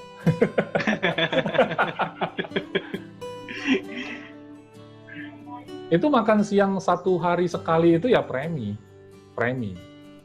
Makan pagi, siang, dan malamnya istri dan anak-anak dia itu adalah UP. Paham ya teman-teman ya? Tapi gimana cara mengkomunikasikan story ini ke mereka? Teman-teman harus bawa dengan cara yang lebih menarik ya. Jangan terlalu kaku. Soalnya saya tahu ya, awal-awalnya kita dengar kayak gitu, mungkin screenshot. Oke, batu di ransel, ya safe deposit box, anak yang berbakti, pelampung, sekoci kan. Waktu ngomongnya kaku. Kadang-kadang begitu, waktu kita mau praktekin, kok jadi kaku ya? Nggak usah khawatir teman-teman, kaku itu karena di depan. Awal-awal kita mau lakukan ya semuanya kaku ya. Tapi kalau udah sering, udah terbiasa. Ini mengganti potensi penghasilan yang masa yang akan datang ya. Replacing future potential. Jadi gini, sebenarnya asuransi pada dasarnya apa? Bukan menggantikan keberadaan seseorang. Karena seseorang kalau udah nggak ada, ya sudah. Nggak mungkin lah asuransi bisa balikin orangnya, nggak mungkin. Tapi masalahnya, orang ini kalau meninggal, dia meninggal itu kan bersama dengan potensinya semua. Misalkan ya orang ini kalau meninggal di usia 40. Padahal kalau dia bisa hidup sampai umur 60 selama dia potensi, maksudnya selama dia produktif, 20 tahun lagi loh. Dia masih bisa menghasilkan berapa itu seumur hidup, seumur 20 tahun ke depan. Tapi nyatanya dia nggak lanjut gitu loh. Karena usianya ditutup sama Yang Maha Kuasa. Jadi potensi masa depannya terkubur juga. Siapa yang ganti rugi? Nah, jadi kemarin saya ada bikin artikel soal ganti rugi. Ini storytelling juga hampir sama nih. Pak, suatu hari ada orang bawa mobil nih, masuk ke perkampungan. Nah, di perkampungan itu ternyata ternak ayam mereka itu dibiarin berkeliaran di jalan, Pak. Jadi, karena supir ini tidak terlalu biasa jalan di tempat seperti itu, akhirnya terjadilah satu insiden ya. Ada satu induk ayam ketabrak sama dia, mati. Pemilik ayamnya keluar, ya kan, minta ganti rugi sama supirnya. Akhirnya supirnya bilang, jadi saya harus bayar berapa, Pak? Mohon maaf, Pak, saya nggak sengaja. Nggak apa-apa, tapi kamu harus bayar ganti rugi. Jadi berapa? Nggak apa-apa, saya juga bukan tipe orang yang mau cari untung. Kira-kira ayam seperti ini, berapa kilo, ya hitung aja, seperti kamu beli aja ayam ini, gitu. Udah, kayak di pasar aja harganya berapa, ya udah gitu. Oke, akhirnya dibayar lah. Damai kan, jalan damai, dibayar. Pak, ayam mati aja ada yang ganti rugi, Pak. Kalau kita mati, siapa yang ganti rugi? Kan keluarga kita menderita kerugian finansial, siapa yang gantiin? Jadi kalau orang nggak punya asuransi, itu ibarat kalah sama ayam gitu. Tapi sambil senyum-senyum lah, sambil bercanda gitu ya, jangan bikin orang tersinggung gitu. Ini setengah bercanda, Pak, tapi bener, Pak, gitu loh. Masa kita nabrak ayam aja kita harus ganti rugi? Tapi kita meninggal nggak ada yang ganti rugi, Pak. Malah keluarga kita harus bayar rumah sakit. Ya kan, ada biaya-biaya rumah sakit yang belum tertagih harus dibayar, harus dilunasin gitu. Sementara orangnya udah nggak ada. Nggak dilunasin, nggak boleh keluar pula, tanda petik mayatnya. Kan gitu ya. Nah, tapi kalau ngomong hal sensitif begini, usahakan kita sambil kayak nadanya bercanda ya teman-temannya. Kadang-kadang orang terlalu kaku ya teman-teman. Kata-katanya dipraktekin langsung gitu loh. Pak Iskandar bilang, kalau nggak dilunasin, mayatnya nggak bisa keluar. Saya praktekin kayak gitu, ditabok nasabah, Pak. Kembali lagi, kalau nasabahnya terlalu sangat dekat, ya nggak apa-apa. Bro, lu tahu nggak lu, kalau sakit ya, meninggal di rumah sakit, anak lu mau tebus lu pun harus bayar dulu loh. Baru mayat lu bisa keluar. Kalau nggak bisa, dibiarin di sana jadi apa tuh, praktikum biologi ya. Sambil bercanda kalau teman dekat. Teman-teman, ini nggak ada pertanyaan semua ya. Jadi asuransi pada dasarnya UP itu menggantikan potensi income masa yang akan datang. Kalau seolah-olah orang ini kalau hidup sampai usia produktif 60, ya kan dia masih bisa menghasilkan berapa tuh? Kita bisa jadikan itu angka asuransi. Gitu. Makanya seperti Daddy in Heaven. Ya Bu Susanti mau bicara ya Bu? Mungkin sambil menunggu pertanyaan dari teman-teman, saya dulu yang bertanya ya Pak ya. Ya boleh. Oke, gini Pak, contohnya begini Pak, kita udah kasihkan cerita nih buat analogi gitu kan. Jadi kemudian analogi cerita storytellingnya inilah ya kan, kita udah cerita, misalnya bahas tentang anak lah, yang tentang tadi yang polis anak yang berbakti ya kan. Ternyata dia nggak punya anak Pak. Oh ya, makanya kan Pak. Iya. Jadi contohnya, kemudian kita kita cerita tentang promo double UP jiwa dan medis gitu kan. Kita cerita gitu kan. Ternyata orang tuanya baru meninggal gitu. Nah mungkin karena terlanjur ngomongnya itu, bagaimana cara halusnya untuk switch gitu loh Pak. Udah terlanjur kadung basah gitu Pak. Oke. Bagi saya itu sangat-sangat simple ya. Karena gini, memang lebih bagus kita antisipasi, makanya fact finding penting. Tapi anggap saja saya udah sempat miss ya. Bu Susanti tadi ceritanya, saya udah kadung ngomong, jadi gimana membetulinnya gitu ya. Sebenarnya yang tadi ternyata dia nggak punya anak. Simple gini. Makin dia nggak punya anak, makin butuh anak yang berbakti dong. Kalau dia punya anak, mungkin dia nggak punya asuransi, anaknya benar-benar berbakti, masih mending.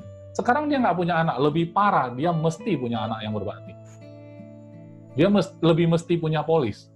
Jadi bagi saya tinggal switch sedikit aja. Pak, mohon maaf tadi saya ceritanya kan anak-anak melulu, Pak. Nah, untuk orang yang sendiri, Pak, itu sangat-sangat membutuhkan proteksi asuransi. Karena proteksi inilah yang pengganti anak. Proteksi asuransi dalam hal ini mungkin bukan asuransi jiwa ya, Pak. Kondisinya bukan asuransi jiwa, justru asuransi kesehatan dan asuransi sakit kritis. Karena kita sendiri, Pak. Kalau kita sendiri, kita perlu melengkapi, ya kan, dengan polis kesehatan dan sakit kritis. Jadi kalau kita ada apa-apa, sementara nggak ada anak kan, kita akan dijaga dengan kartu kesehatan. Dan kalau rupanya kena sakit kritis, kita terpaksa berhenti bekerja. Maka asuransi penyakit kritis cair angkanya besar, kita bisa pakai untuk biaya hidup. Jadi di switch ke manfaatnya langsung, Bu. Jadi nanti ahli warisnya kemana? Kalau ahli waris itu nggak terlalu penting lagi bagi saya ya. Ahli waris dalam konteks orang yang sebatang kara, dia nggak terlalu penting asuransi jiwa. Oleh sebab itu, sebenarnya ahli waris itu sesuai hukum aja. Dia punya siapa? Misalnya dia masih hidup nih, sekarang ada orang tua nih. Bagi saya ya dia tulis orang tua. Boleh. Ya kan? Dia tulis saudara yang sudah berkeluarga, boleh. Karena dia sendiri kan. Nggak apa-apa, itu asuransi jiwa seadanya nggak apa-apa. Karena asuransi itu perlu... Sedikit aja lah ya. Sedikit pun nggak apa-apa. Tapi yang paling penting untuk dia adalah manfaat kesehatan dan penyakit kritis sih sebenarnya. Gitu Bu Susanti. Yang kedua tadi yang apa ya contohnya? Yang contohnya tentang promo, misalnya beli asuransi jiwa untuk orang tua, begitu. Dan kemudian ternyata orang tuanya baru meninggal, gitu kan. Jadi keceplosan kita ngomongnya, gitu kan. Malah yang kayak sedih gitu kan. Ya kalau gitu ya minta maaf aja. Sorry ya, tadi saya pakai ceritanya salah pula, gitu kan. Baru kita mungkin tunjukkan simpati kan. Kita tunjukkan simpati. Kenapa kalau boleh tahu orang tuanya? Mungkin dia bisa cerita sedikit, bisa dapat informasi lebih lagi gitu. Iya. Mana tahu dari sana ternyata sebelum meninggal sakit kritis dulu, segala-segala. Oh jadi sempat berobat kemana? Kan gitu, kita tunjukin bahwa kita benar-benar serius ya, anggap begitu dia kasih tahu, oh sorry ya orang tua saya baru meninggal. Kan kita minta maaf nih, karena kita udah kebablasan, tapi kita menunjukkan keprihatinan kita juga, kita tanya banyak tentang orang tua dia yang baru meninggal itu. Kalau dia nggak keberatan, biasanya dia bisa cerita juga kan. Kalau dia cerita, iya sempat kita bawa dia ke sinilah, ke situlah, ke sinilah, ke situlah gitu kan. Mungkin di sana kita bisa dapat ide cerita berikutnya, gitu Bu. Ya benar banget. Jadi bank cerita kita kan banyak nih. Cuman kalau dalam penyampaiannya kadang-kadang kita udah keseleo gitu ya, udah sempat keceplosan gitu kan. Yang nggak apa-apa, kita mungkin belok sedikit, kemudian kita cari lagi informasi dari dia. Karena kita kurang informasi, makanya keceplosan gitu. Iya, mungkin lebih hati-hati di fact finding dulu sebelum di storytelling ya. Betul. Fact finding itu membuat kita hemat waktu, hemat tenaga. Ini ada pertanyaannya. Susah bila agen atau nasabah tidak jujur ketika proses awal riwayat kesehatan yang ada, tapi bila agen dan nasabah jujur pasti aman Pak menurut saya. Itu tadi menjawab pertanyaan kalau nasabahnya tidak percaya asuransi bakal bayar klaim. Ini masukan dari Johnson gitu ya. Stephen Chandra mengatakan untung nggak diminta ganti rugi sama telur-telurnya. Kalau bapaknya baru meninggal ya sudah, kita turut berduka dan tanyakan mungkin dia tahu siapa yang bisa kita selamatkan lagi. Mungkin si calon nasabah bisa kasih referensi kan. Oke, itu sih cerita yang ganti rugi tadi sih maksudnya, menyambung cerita ganti rugi. Oke teman-teman, jadi menarik ya kalau soal yang ganti rugi itu ya, agak sedikit lucu gitu kan, tapi bener banget gitu loh. Jadi cerita yang kita pakai itu adalah yang bisa bikin orang merasa setelah mendengar, iya simple sih, tapi bener banget gitu loh. Nah kalau bisa seperti itu lebih bagus, ketimbang kita pakai bahasa-bahasa ribet ya. Dunia asuransi itu kan terlalu banyak bahasa ribet gitu. Jargon ya, istilahnya jargon asuransi. Terlalu banyak istilah asuransi, jadi agak ribet ya. UP, kan kita bisa pakai bahasa yang lebih gampang dimengerti ya. Ini mengunci target warisan, locking estate target. Ini mengunci target warisan itu gini, saya kasih contoh kepada orang-orang yang mungkin sedang mengejar menciptakan aset dalam hidupnya, dan ujung-ujungnya aset itu bukan untuk dia. Teman-teman kalau lihat orang-orang yang sukses sekarang ya, kenapa mereka nggak berhenti aja? Kan udah sukses. Mereka masih kerjain terus semuanya. Tujuannya cuma satu, mengembangkan aset mereka. Pertanyaan saya, apakah aset itu dia pakai seumur hidup dia? Sebagian besar dia nggak nikmati. Kenapa? Karena setelah dia dapat itu, ya kan, rumahnya ada 10, yang dia tempatin cuma 1 kan. 9-nya diapain? Oh, disewain, dapat income lagi. Nah, income-nya didapat untuk apa lagi? Padahal tanpa income itu dia udah cukup uangnya. Ya kan? Jadi dia makan juga masih normal, pakai mobil ya 1-2 biji ya kan. Tapi asetnya begitu banyak. Apa dia bisa pakai sendiri? Nggak bisa. Ujung-ujungnya dia wariskan juga. Jadi sebenarnya sadar nggak sadar kita hidup ini ya teman-teman, bukan hanya nasabah, kita juga sama. Kita kejar sesuatu yang sebenarnya nggak bisa kita nikmati sampai habis. Setelah kita pakai secukupnya ya kita meninggal pada waktunya. Dan kita tinggalkan itu semua. Iin Sylvia raise hand. Ada mau bertanya? Silakan. Ya, silakan Bu Iin. Malam Pak Ko Iskandar. Ya, malam. Udah selesai ya Ko ya ini ya? Kalau mau lanjut boleh lanjut dulu. Oh, enggak. Jadi ini kan ada banyak nih contoh-contoh ini ya kayak metafora gitu ya. Kira-kira kok kalau dari semua misalnya kita pakai gitu ya dari Koko gitu atau sama tim gitu, kira-kira persentase keberhasilannya gimana kok? Maksudnya bisa works ya gitu ya? Jadi gini, kalau cerita ini hanya memuluskan closing-nya aja, hanya mempermulus aja, supaya nasabah lebih gampang terima kita, lebih gampang menerima konsep asuransi. Cuman itu. Nah, kalau kita pakai cerita ini, ternyata nasabah tidak cocok ya, dengernya tidak sesuai juga sama diri dia, ya sia-sia juga sih menurut saya. Jadi kalau dibilang berapa persen orang yang pakai trik ini bisa closing, nggak ada garansi. Nggak ada garansi. Karena saya nggak tahu cara dia cerita gimana. Jadi memang persoalan dari training-training seperti ini, sejenis ini, persoalannya adalah orang hanya copy omongannya, tapi nggak copy mentalnya. Jadi mental itu adalah fondasi kalau dalam gedung bangunan ya. Kalau bangunan itu kan yang nampak cuma gedungnya, fondasinya nggak nampak. Padahal yang bikin gedung itu berdiri itu fondasi. Nah, fondasi inilah yang saya sebut mental. Jadi kalau para MDRT, dia punya mental. Tapi dia bisa menerima masukan dari bentuk gedung ya. Oh, lu ngomong gimana sih? Oh, kalau gua ngomong begini. Oh, seperti jelasin gedung. Tapi dia udah punya fondasi, aman. Yang banyak orang agen-agen yang banyak gagal itu adalah dia tiru omongannya, tapi mentalnya dia nggak tiru. Jadi contoh, saya cerita soal SDB. Sebenarnya asuransi kayak SDB. SDB itu Koko bayar sewa, tapi Koko yang isi dalamannya. Sekarang asuransi terbalik, Koko bayar sewa, saya yang isi dalamnya. Koko mau isi berapa? Saya isiin. 3 miliar saya isiin. Nah, waktu saya ngomong itu kan pede banget kan. Mental saya kan kuat banget waktu ngomong gitu loh. Jadi orang kan ikut cerita saya. Tapi banyak agen masih mute ya, Iin. Nggak dengar karena masih mute. Oke, kok lanjut dulu, saya dengerin dulu. Oke. Nah, jadi dia tiru omongannya, tapi mentalnya nggak ditiru. Kepercayaan dirinya nggak ditiru. Jadi cuma ngomongannya aja ditiru. Koko mau isi berapa? 3M, saya isiin kok. Terus nasabahnya bilang, alah sama aja asuransi gitu kan. Lu pasti ngomongin asuransi, pokoknya suruh saya masuk asuransi gitu. Langsung dia ciut. Jadi berarti kan mentalnya nggak dapat, omongannya dapat, tapi mental nggak dapat nih. Ciut lagi gitu loh. Terakhir kita bilang apa? Ah sama aja, saya udah ikut storytelling juga percuma, nggak closing juga. Kenapa? Karena nggak dapat keseluruhan. Jadi sebenarnya ini idenya aja yang saya share. Mengenai confidence, ya kan, itu harus dialami sendiri. Mental, kenapa saya ngomongnya begitu pede?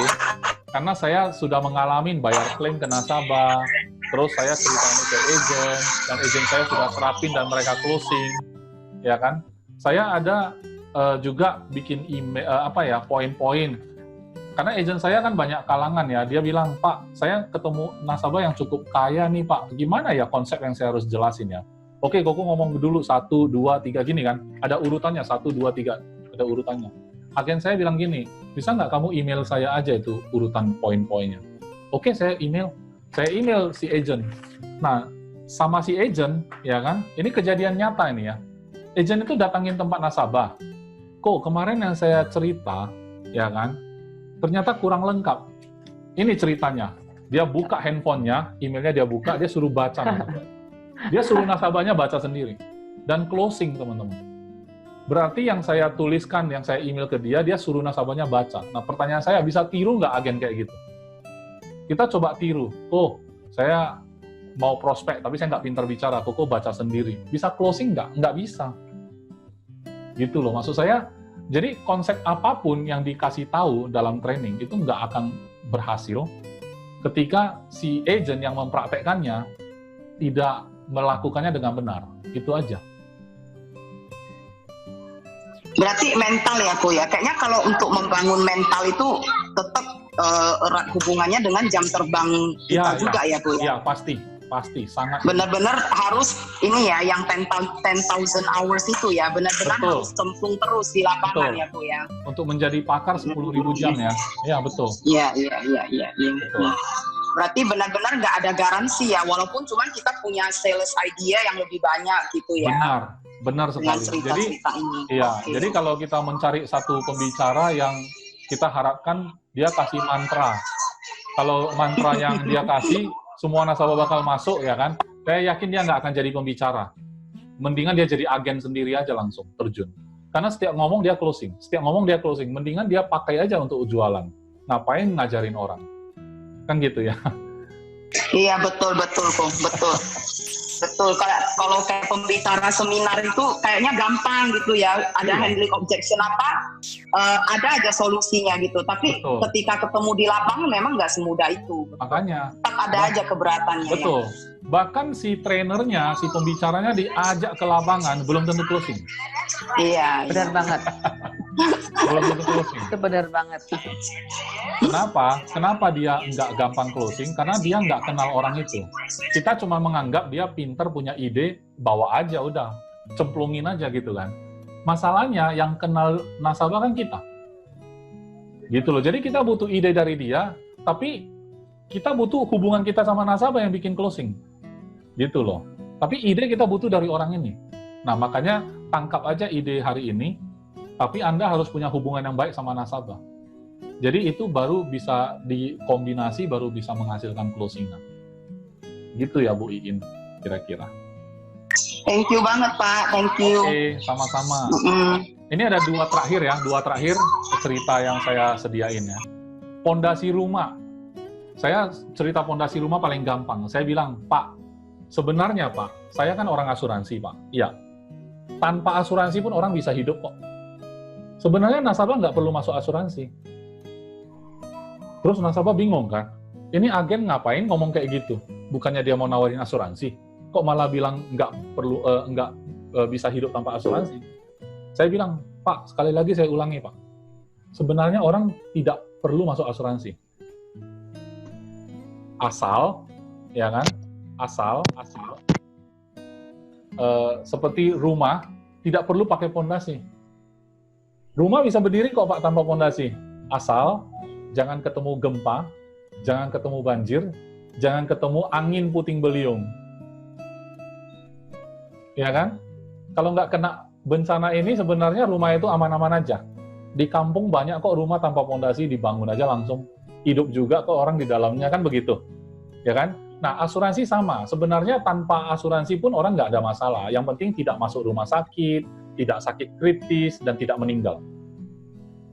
Malah rugi kalau tidak kejadian itu, masuk asuransi malah rugi memang kan. Gitu loh. Jadi sama orang bangun rumah, bayar mahal untuk ngecor, ya pondasinya dibuat, tapi nggak pernah gempa, nggak pernah apa-apa. Tetangga sebelah nggak pasang pondasi, ya nggak rubuh juga rumahnya, orang nggak ada bencana gitu. Cuman kalau saat terjadi barulah kelihatan bedanya orang yang punya pondasi dan tidak. Nah, contohnya kayak pandemi. Kalau sama-sama kena, baru kelihatan yang terpengaruh ekonominya adalah yang tidak punya asuransi. Jadi biar nasabah yang memilih sendiri. Kita ngomongnya kan di depan kan disclaimer-nya adalah boleh kita tanpa asuransi, asal jangan kayak pondasi ya. Boleh rumah tanpa pondasi, asal jangan kena banjir, gempa, dan angin. Gitu ya. Oke, ini aset dibeli dengan bunga. Aset purchase by interest. Saya sengaja pakai bahasa Inggris sih, supaya sok keren aja. Soalnya judulnya storytelling in selling. Ya kan? Jadi judulnya bahasa Inggris ya bahasa Inggris semua. Kalau judulnya saya mau bahasa Indonesia kan susah. Storytelling. Bercerita dalam penjualan. Mengapa itu penting?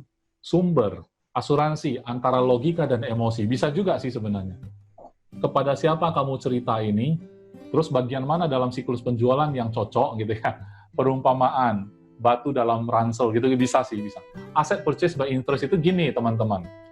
Sebenarnya kalau kita punya aset 1 miliar deposito, ya kan? Katakanlah Bapak mau deposito 1 miliar ke bank. Ya kan? Bapak serahin 1 miliar ke dia, Bapak pegang apa sebenarnya? Mungkin Pak Ari bisa bantu saya. Pak Ari, kalau misalkan saya tanya gitu, Bapak nasabah nih. Pak Ari, kalau misalkan nasabah bawa uang 1 miliar ke bank untuk deposito, Bapak sebagai nasabah pegang apa, Pak?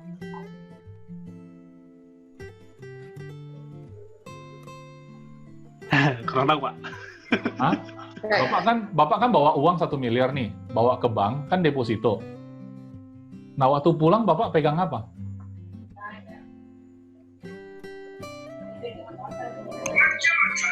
Tidak pegang apa, Pak? Enggak pegang apa-apa.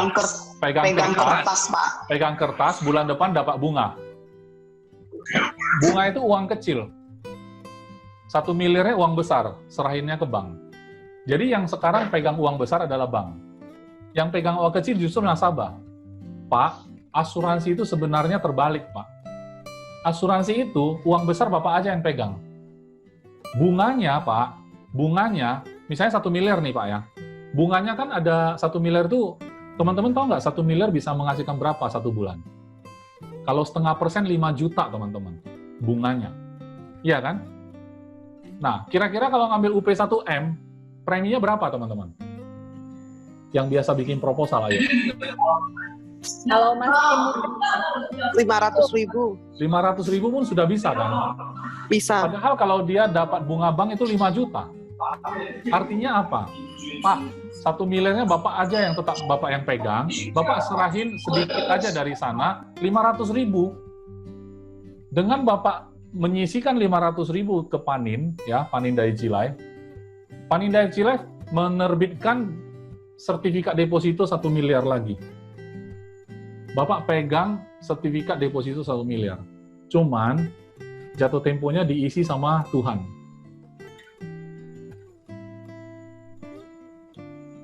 Tapi gratis, Pak, beli ini. Kenapa? Pakai bunga. Kalau Bapak punya aset 1 miliar, ya kan? Bunganya aja udah 5 juta.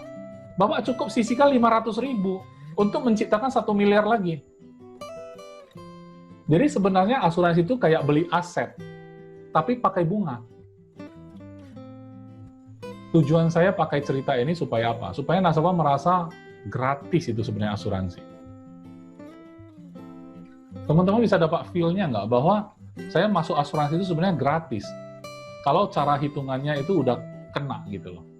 Cocok dengan pola kita berhasil masuk ke pikiran dia dan dia mulai berhitung-hitung, betul juga ya ternyata masuk asuransi 500.000 per bulan dapat perlindungan 1 miliar. 1 miliarnya tetap di tangan saya. Terserah saya mau taruh di bank atau enggak, cuman saya sisihkan aja bunga bank 500.000. Padahal saya dapat 5 juta loh. Cuma sisihkan dari bunga, saya bisa dapat lagi aset 1 miliar. Mau, Pak?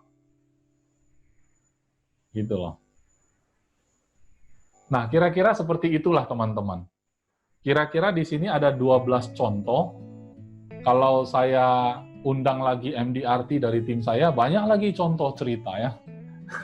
Cuman ya, mungkin dengan 12 cerita ini cukup untuk menambah bank cerita teman-teman ya, di Gapo. Saya berharap apa yang di-sharingkan ini benar-benar bisa membantu di lapangan. Kalau cerita sukses, mungkin teman-teman sudah dengar dari banyak pembicara sebelum ini. Saya termasuk orang yang percaya bahwa sebenarnya sehebat apapun cerita sukses saya, waktu saya ceritain, efeknya mungkin 2-3 hari teman-teman takjub sama yang namanya Iskandar gitu ya. Itu cerita sukses. Oh, Iskandar dulu miskin, sekarang kaya gitu kan. Nah, itu mungkin memberi dampak cuma beberapa hari ya. Tapi tidak berpengaruh sama kesuksesan teman-teman. Tapi kalau cerita seperti ini, saya yakin itu bisa membantu ya. Sedikit banyak teman-teman bisa pakai dan itu bisa jangka panjang gitu loh, memberi dampak jangka panjang. Teman-teman bisa kembangin lagi dari sini. Karena teman-teman menjalaninya lagi sendiri kan, di sehari-harinya. Oke, saya rasa itu aja dari saya. Saya kembalikan ke Ibu Susanti untuk dilanjutkan, mau tanya jawab atau apa ya. Thank you. Oke, ada lagi nggak ya teman-teman yang mau tanya? Sebelum kita akhiri sesi malam ini, banyak banget ilmunya Pak Iskandar ini, Pak. 12 kayaknya kurang cukup nih. Kurang ya? Tapi mantap banget, semua kena banget. Tadi ada yang komen dari Ibu Cintami, keren ya Pak Iskandar, ceritanya banyak yang relate banget. Kemudian mantap Pak Iskandar, super. Yang terakhir asset purchase, itu yang kena banget ya. Nah itu kan, Bu Susanti lihat ya, dari 12 kan ada yang kena banget di yang cerita ke-12. Ada yang kena banget di yang pertama. Nah itu seperti itu teman-teman. Di kelas ini saja sudah terasa ya, ada yang kenanya di mana, ada yang kenanya di mana. Nasabah juga sama. Ya. Mungkin ini ada satu pertanyaan dari teman-teman ya. Pak, kira-kira storytelling yang cocok untuk nasabah yang nggak capek bandingin produk. Oke. Maksudnya semua produk itu dia mau tahu, semua perusahaan asuransi dia mau tahu. Kayaknya sudah mendekati closing gitu, tapi bentar-bentar mungkin ya banding lagi, jadi nggak ada habisnya gitu. Kira-kira itu storytelling yang cocok yang mana? Itu paling gampang, Bu. Jadi gini, storytelling itu jangan dipakai semua. Artinya gini ya, kalau sudah sampai ke hal teknis, jangan storytelling lagi. Jadi nggak mungkin dong kalau nasabah nanya, ini bayarnya pakai apa ya? Langsung aja jawab, Bapak bayar pakai kartu kredit aja setiap bulan di debit udah boleh. Gitu loh. Udah selesai closing. Jangan storytelling. Pak, mengenai pembayaran itu ibaratnya yang nggak usah. Ibaratnya seperti anak muda, nggak usah. Nggak ada lagi storytelling kalau dalam proses itu. Nah, kalau mengenai orang suka membanding, ya kan, saya suka menjawab masalah itu dengan cara begini. Pak, sekarang boleh nggak saya tahu, Bapak banding berapa perusahaan sekarang di tangan Bapak? Nah, teman-teman perhatiin, saat orang membanding-bandingkan, target kita cuma satu. Dia stop membandingkan dan dia tanda tangan salah satu proposal. Target kita itu. Nah, caranya gimana supaya dia bisa segera lakukan? Mengeksekusi lah ya. Gimana supaya dia mengeksekusi? Tentu, yang pertama kita harus lakukan adalah kita cari tahu, sebenarnya dia nanya, dia udah pegang berapa proposal. Nah, sekarang saya udah pegang 7 nih, saya banding. Nah, Bapak sudah dapat nggak yang terbaik? Nah, ini kira-kira sudah gugur 5, tinggal 2 sih, saya masih bingung. Pak, setelah 2 itu, Bapak dapat 1 yang terbaik, jangan tanda tangan, Pak. Kenapa? Bapak kan belum tes yang ke-8. Bapak kan belum tanya yang ke-9, ke-10. Bahkan Bapak udah dapat yang terbaik pun, Pak. Yang menurut Bapak paling jelek, tiba-tiba besok dia ubah produknya, Pak. Jadi yang terbaik. Bapak udah kadung masuk kemarin. Apakah Bapak tutup, buka lagi? Kan gitu. Nah, sekarang sebenarnya, Pak, daripada ribet-ribet, ya kan? Proposal ada 7 nih di atas meja. Manakah yang terbaik? Jawabannya sederhana, Pak. Yang Bapak tanda tangan lah yang terbaik. Produk sejelek apapun, asal Bapak tanda tangan, itu yang terbaik. Karena itu yang bisa melindungi, Pak. Yang lain-lain cuma wacana.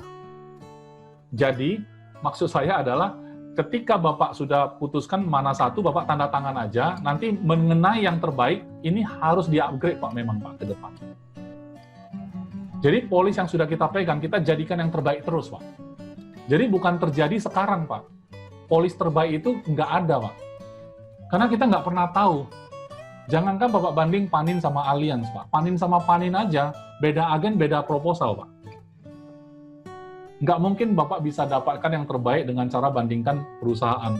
Yang perusahaannya sama aja, agennya beda lagi Pak ceritanya Pak. Gitu loh. Jadi Bapak pegang saja satu yang Bapak percaya.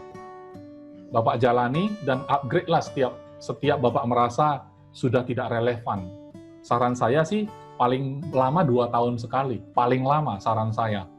Tapi kalau bisa reguler setahun sekali dengan agen yang sama, Bapak bisa mendapatkan proteksi terbaik. Karena setiap perusahaan pasti mengubah produknya semakin baik gitu. Mantap banget Pak. Iya. Menjawab banget ya. Artinya memang banding itu nggak ada habisnya. Sudah banding 7, belum lagi 8, 9, 10 ya. Jadi nggak akan ada habisnya. Betul. Benar banget. Tapi terakhir, bagaimana pada saat membandingkan itu, ternyata resiko udah datang duluan ya kan Pak? Betul. Jadi Belum akhirnya selesai kan, dibandingkan. nah kalau saya sih bikin dia menyesal dengan cara begini. Kalau itu benar-benar terjadi, ternyata istri di rumah, dia bongkar kembali apa yang sudah kita pelajari, ternyata semuanya belum berfungsi, semuanya proposal. Apa enggak PHP, Pak? Kita bikin dia lebih sakit hati lagi. Nggak ada satupun yang bisa dipakai, ternyata itu semua masih proposal. Gara-gara apa? Gara-gara banding-banding terus, Pak. Apa bukan PHP, Pak? Gitu ya. Waduh. Benar. Itu Benar banget tuh. Steven, luar biasa Pak Iskandar, gimana saya sebagai agen baru dan bertemu calon nasabah yang keluarganya masih belum punya polis, lalu dia seperti mau masuk ke sepupu dia yang sudah lama di asuransi. Hubungan saya dan nasabah ini lumayan baik, Pak Iskandar. Jadi saran saya Pak Steven, kemukakan konsep. Karena nasabah, baik dia itu adalah, bagi saya ya, agent itu yang akan dipilih oleh nasabah. Kalau saya adalah nasabah, saya akan memilih agent yang luar biasa, agent yang berbeda dari yang biasa. Itu intinya. Kalau dia sepupu, ya kan, walaupun dia sudah lama di asuransi, walaupun dia sepupu, tapi omongan dia average, omongan dia itu ilmunya kayak agen rata-rata, saya tidak akan tertarik juga.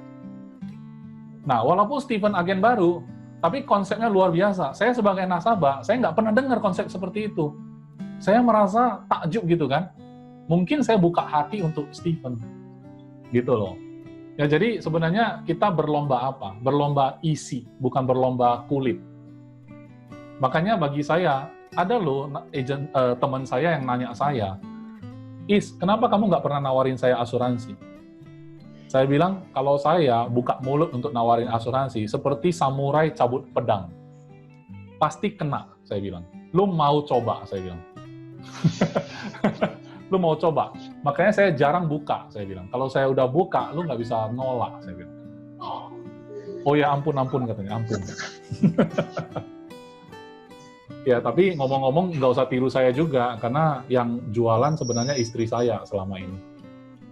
Saya mendampingi apabila dibutuhkan gitu kan, tapi sebenarnya passion saya adalah memberi dampak kepada tim ya, menjelaskan konsep-konsep ini, membangun membangun orang.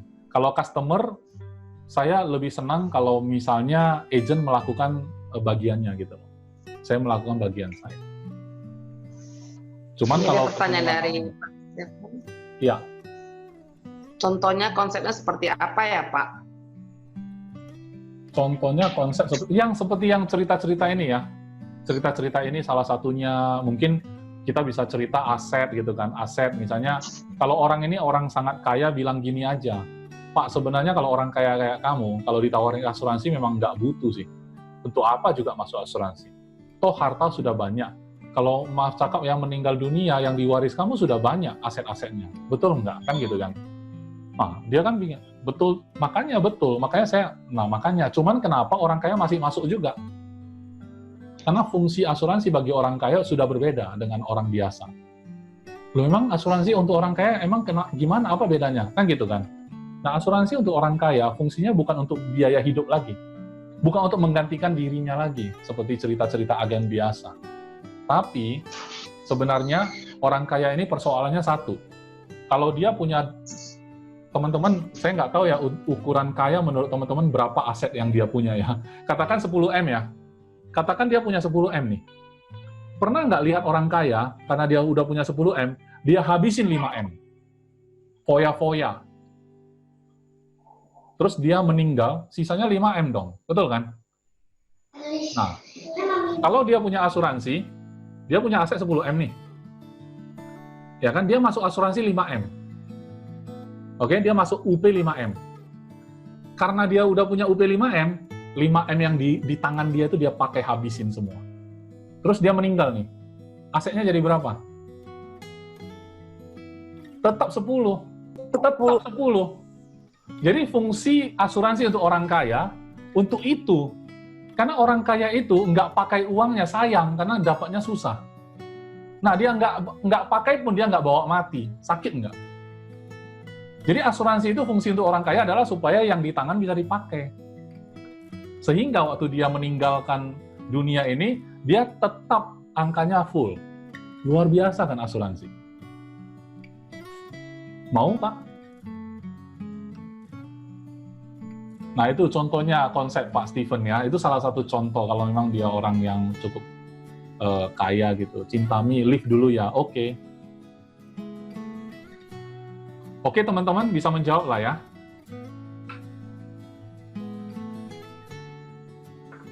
Oke, ada lagi pertanyaan teman-teman. Cukup menjawab ya tadi Pak Steven ya. Ini komen dari Ibu Cintami, bolehlah Pak, besok-besok kita undang lagi untuk sesi kedua, ketagihan nambah ilmunya. Masih banyak orang-orang pakar yang masih antri gitu ya. Ya. Oke, teman-teman, ada lagi pertanyaan? Pak Johnson, ada pertanyaan Pak? Dari tadi senyum-senyum Pak. Kira-kira dari materi tadi ada yang kenanya di mana Pak? Ada 12 tadi Pak. Yang belakangan bagus. Yang nomor 12 ya? 12, 13. Yang 13 itu yang saya cerita tadi ya. 10M iya, pakai 5M tetap 10 ya? Iya kok. Tapi yang 12 paling kena lah. Iya. Nah itu kan, konsep-konsep begitu mungkin agen-agen biasa kan nggak pernah pakai. Iya, benar banget tuh. Baru dengar kali ini nih. Oke, thank you Pak Johnson. Ada lagi teman-teman? Kalau nggak ada, kita mau foto bersama ya Pak Iskandar, boleh ya? Oke, silakan. Saya stop sharing screen. Oke. Oke Pak Iskandar, makasih banget sudah hadir di Gapo dan mudah-mudahan kalau diundang mau lagi ya Pak. Iya, saya tersanjung kok diundang teman-teman. Saya senang bisa berbagi. Cuman ya saya tahu kok banyak orang-orang yang luar biasa, lebih luar biasa juga bisa diundang juga oleh Gapo ya. Ilmunya luar biasa juga semuanya. Iya, mantap. Thank you ya Pak. Oke, teman-teman semua dibuka videonya. Kita boleh foto bersama. Nanti biar Pak Ari bantu hitung ya. Oke, Bu. Kameranya udah standby. Yuk, teman-teman. Kameranya semua dibuka. Kasih lihat wajah cantik, wajah gantengnya. Kita mau foto bareng dulu dengan pembicara kita hari ini, yaitu Bapak Iskandar.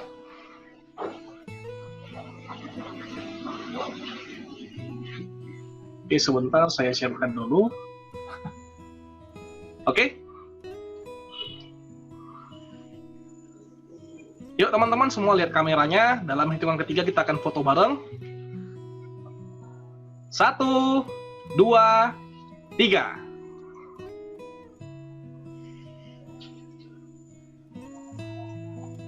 Oke, kami ucapkan terima kasih untuk Bapak Iskandar dan juga Ibu Susanti. Kami kembalikan lagi Bu Susanti, Bu. Silakan, Bu. Oke, Pak. Sebelum lift, Pak, boleh dong, Pak, closing statement-nya? Closing statement. Teman-teman, bagi saya Gapo itu ada banyak kemiripan dengan GAM3. Jadi saya percaya leader-leader yang ada di GAPO ini memang luar biasa semua ya teman-teman. Jadi Anda sudah berada di tempat yang tepat, mengenai ilmu kita bisa belajar bersama-sama. Jadi jangan pernah merasa diri sendiri kurang ilmu atau merasa kurang berpengalaman dan merasa banyak segudang alasan untuk tidak bisa sukses lah kayaknya di asuransi. Berhentilah merasa seperti itu karena sebenarnya Anda lebih dari yang Anda duga. Ya kan, kalau hanya perkara saya kurang ngerti ini, kurang ngerti itu, tinggal belajar teman-teman. Justru yang paling saya khawatir adalah Anda tidak mau untuk menjalankan bisnis ini. Kalau Anda mau menjalankan, Anda pasti sukses. Itu aja teman-teman. Yes, thank you Pak Iskandar. Thank you. Oke, kita buka mute-nya, kita sama-sama ucapin thank you untuk Pak Iskandar. Thank you Pak Iskandar. Thank you. Thank you Pak Iskandar. Thank you Pak Iskandar. Sharingnya hari ini. Ayo. Thank you Pak. Sukses terus untuk GAM3.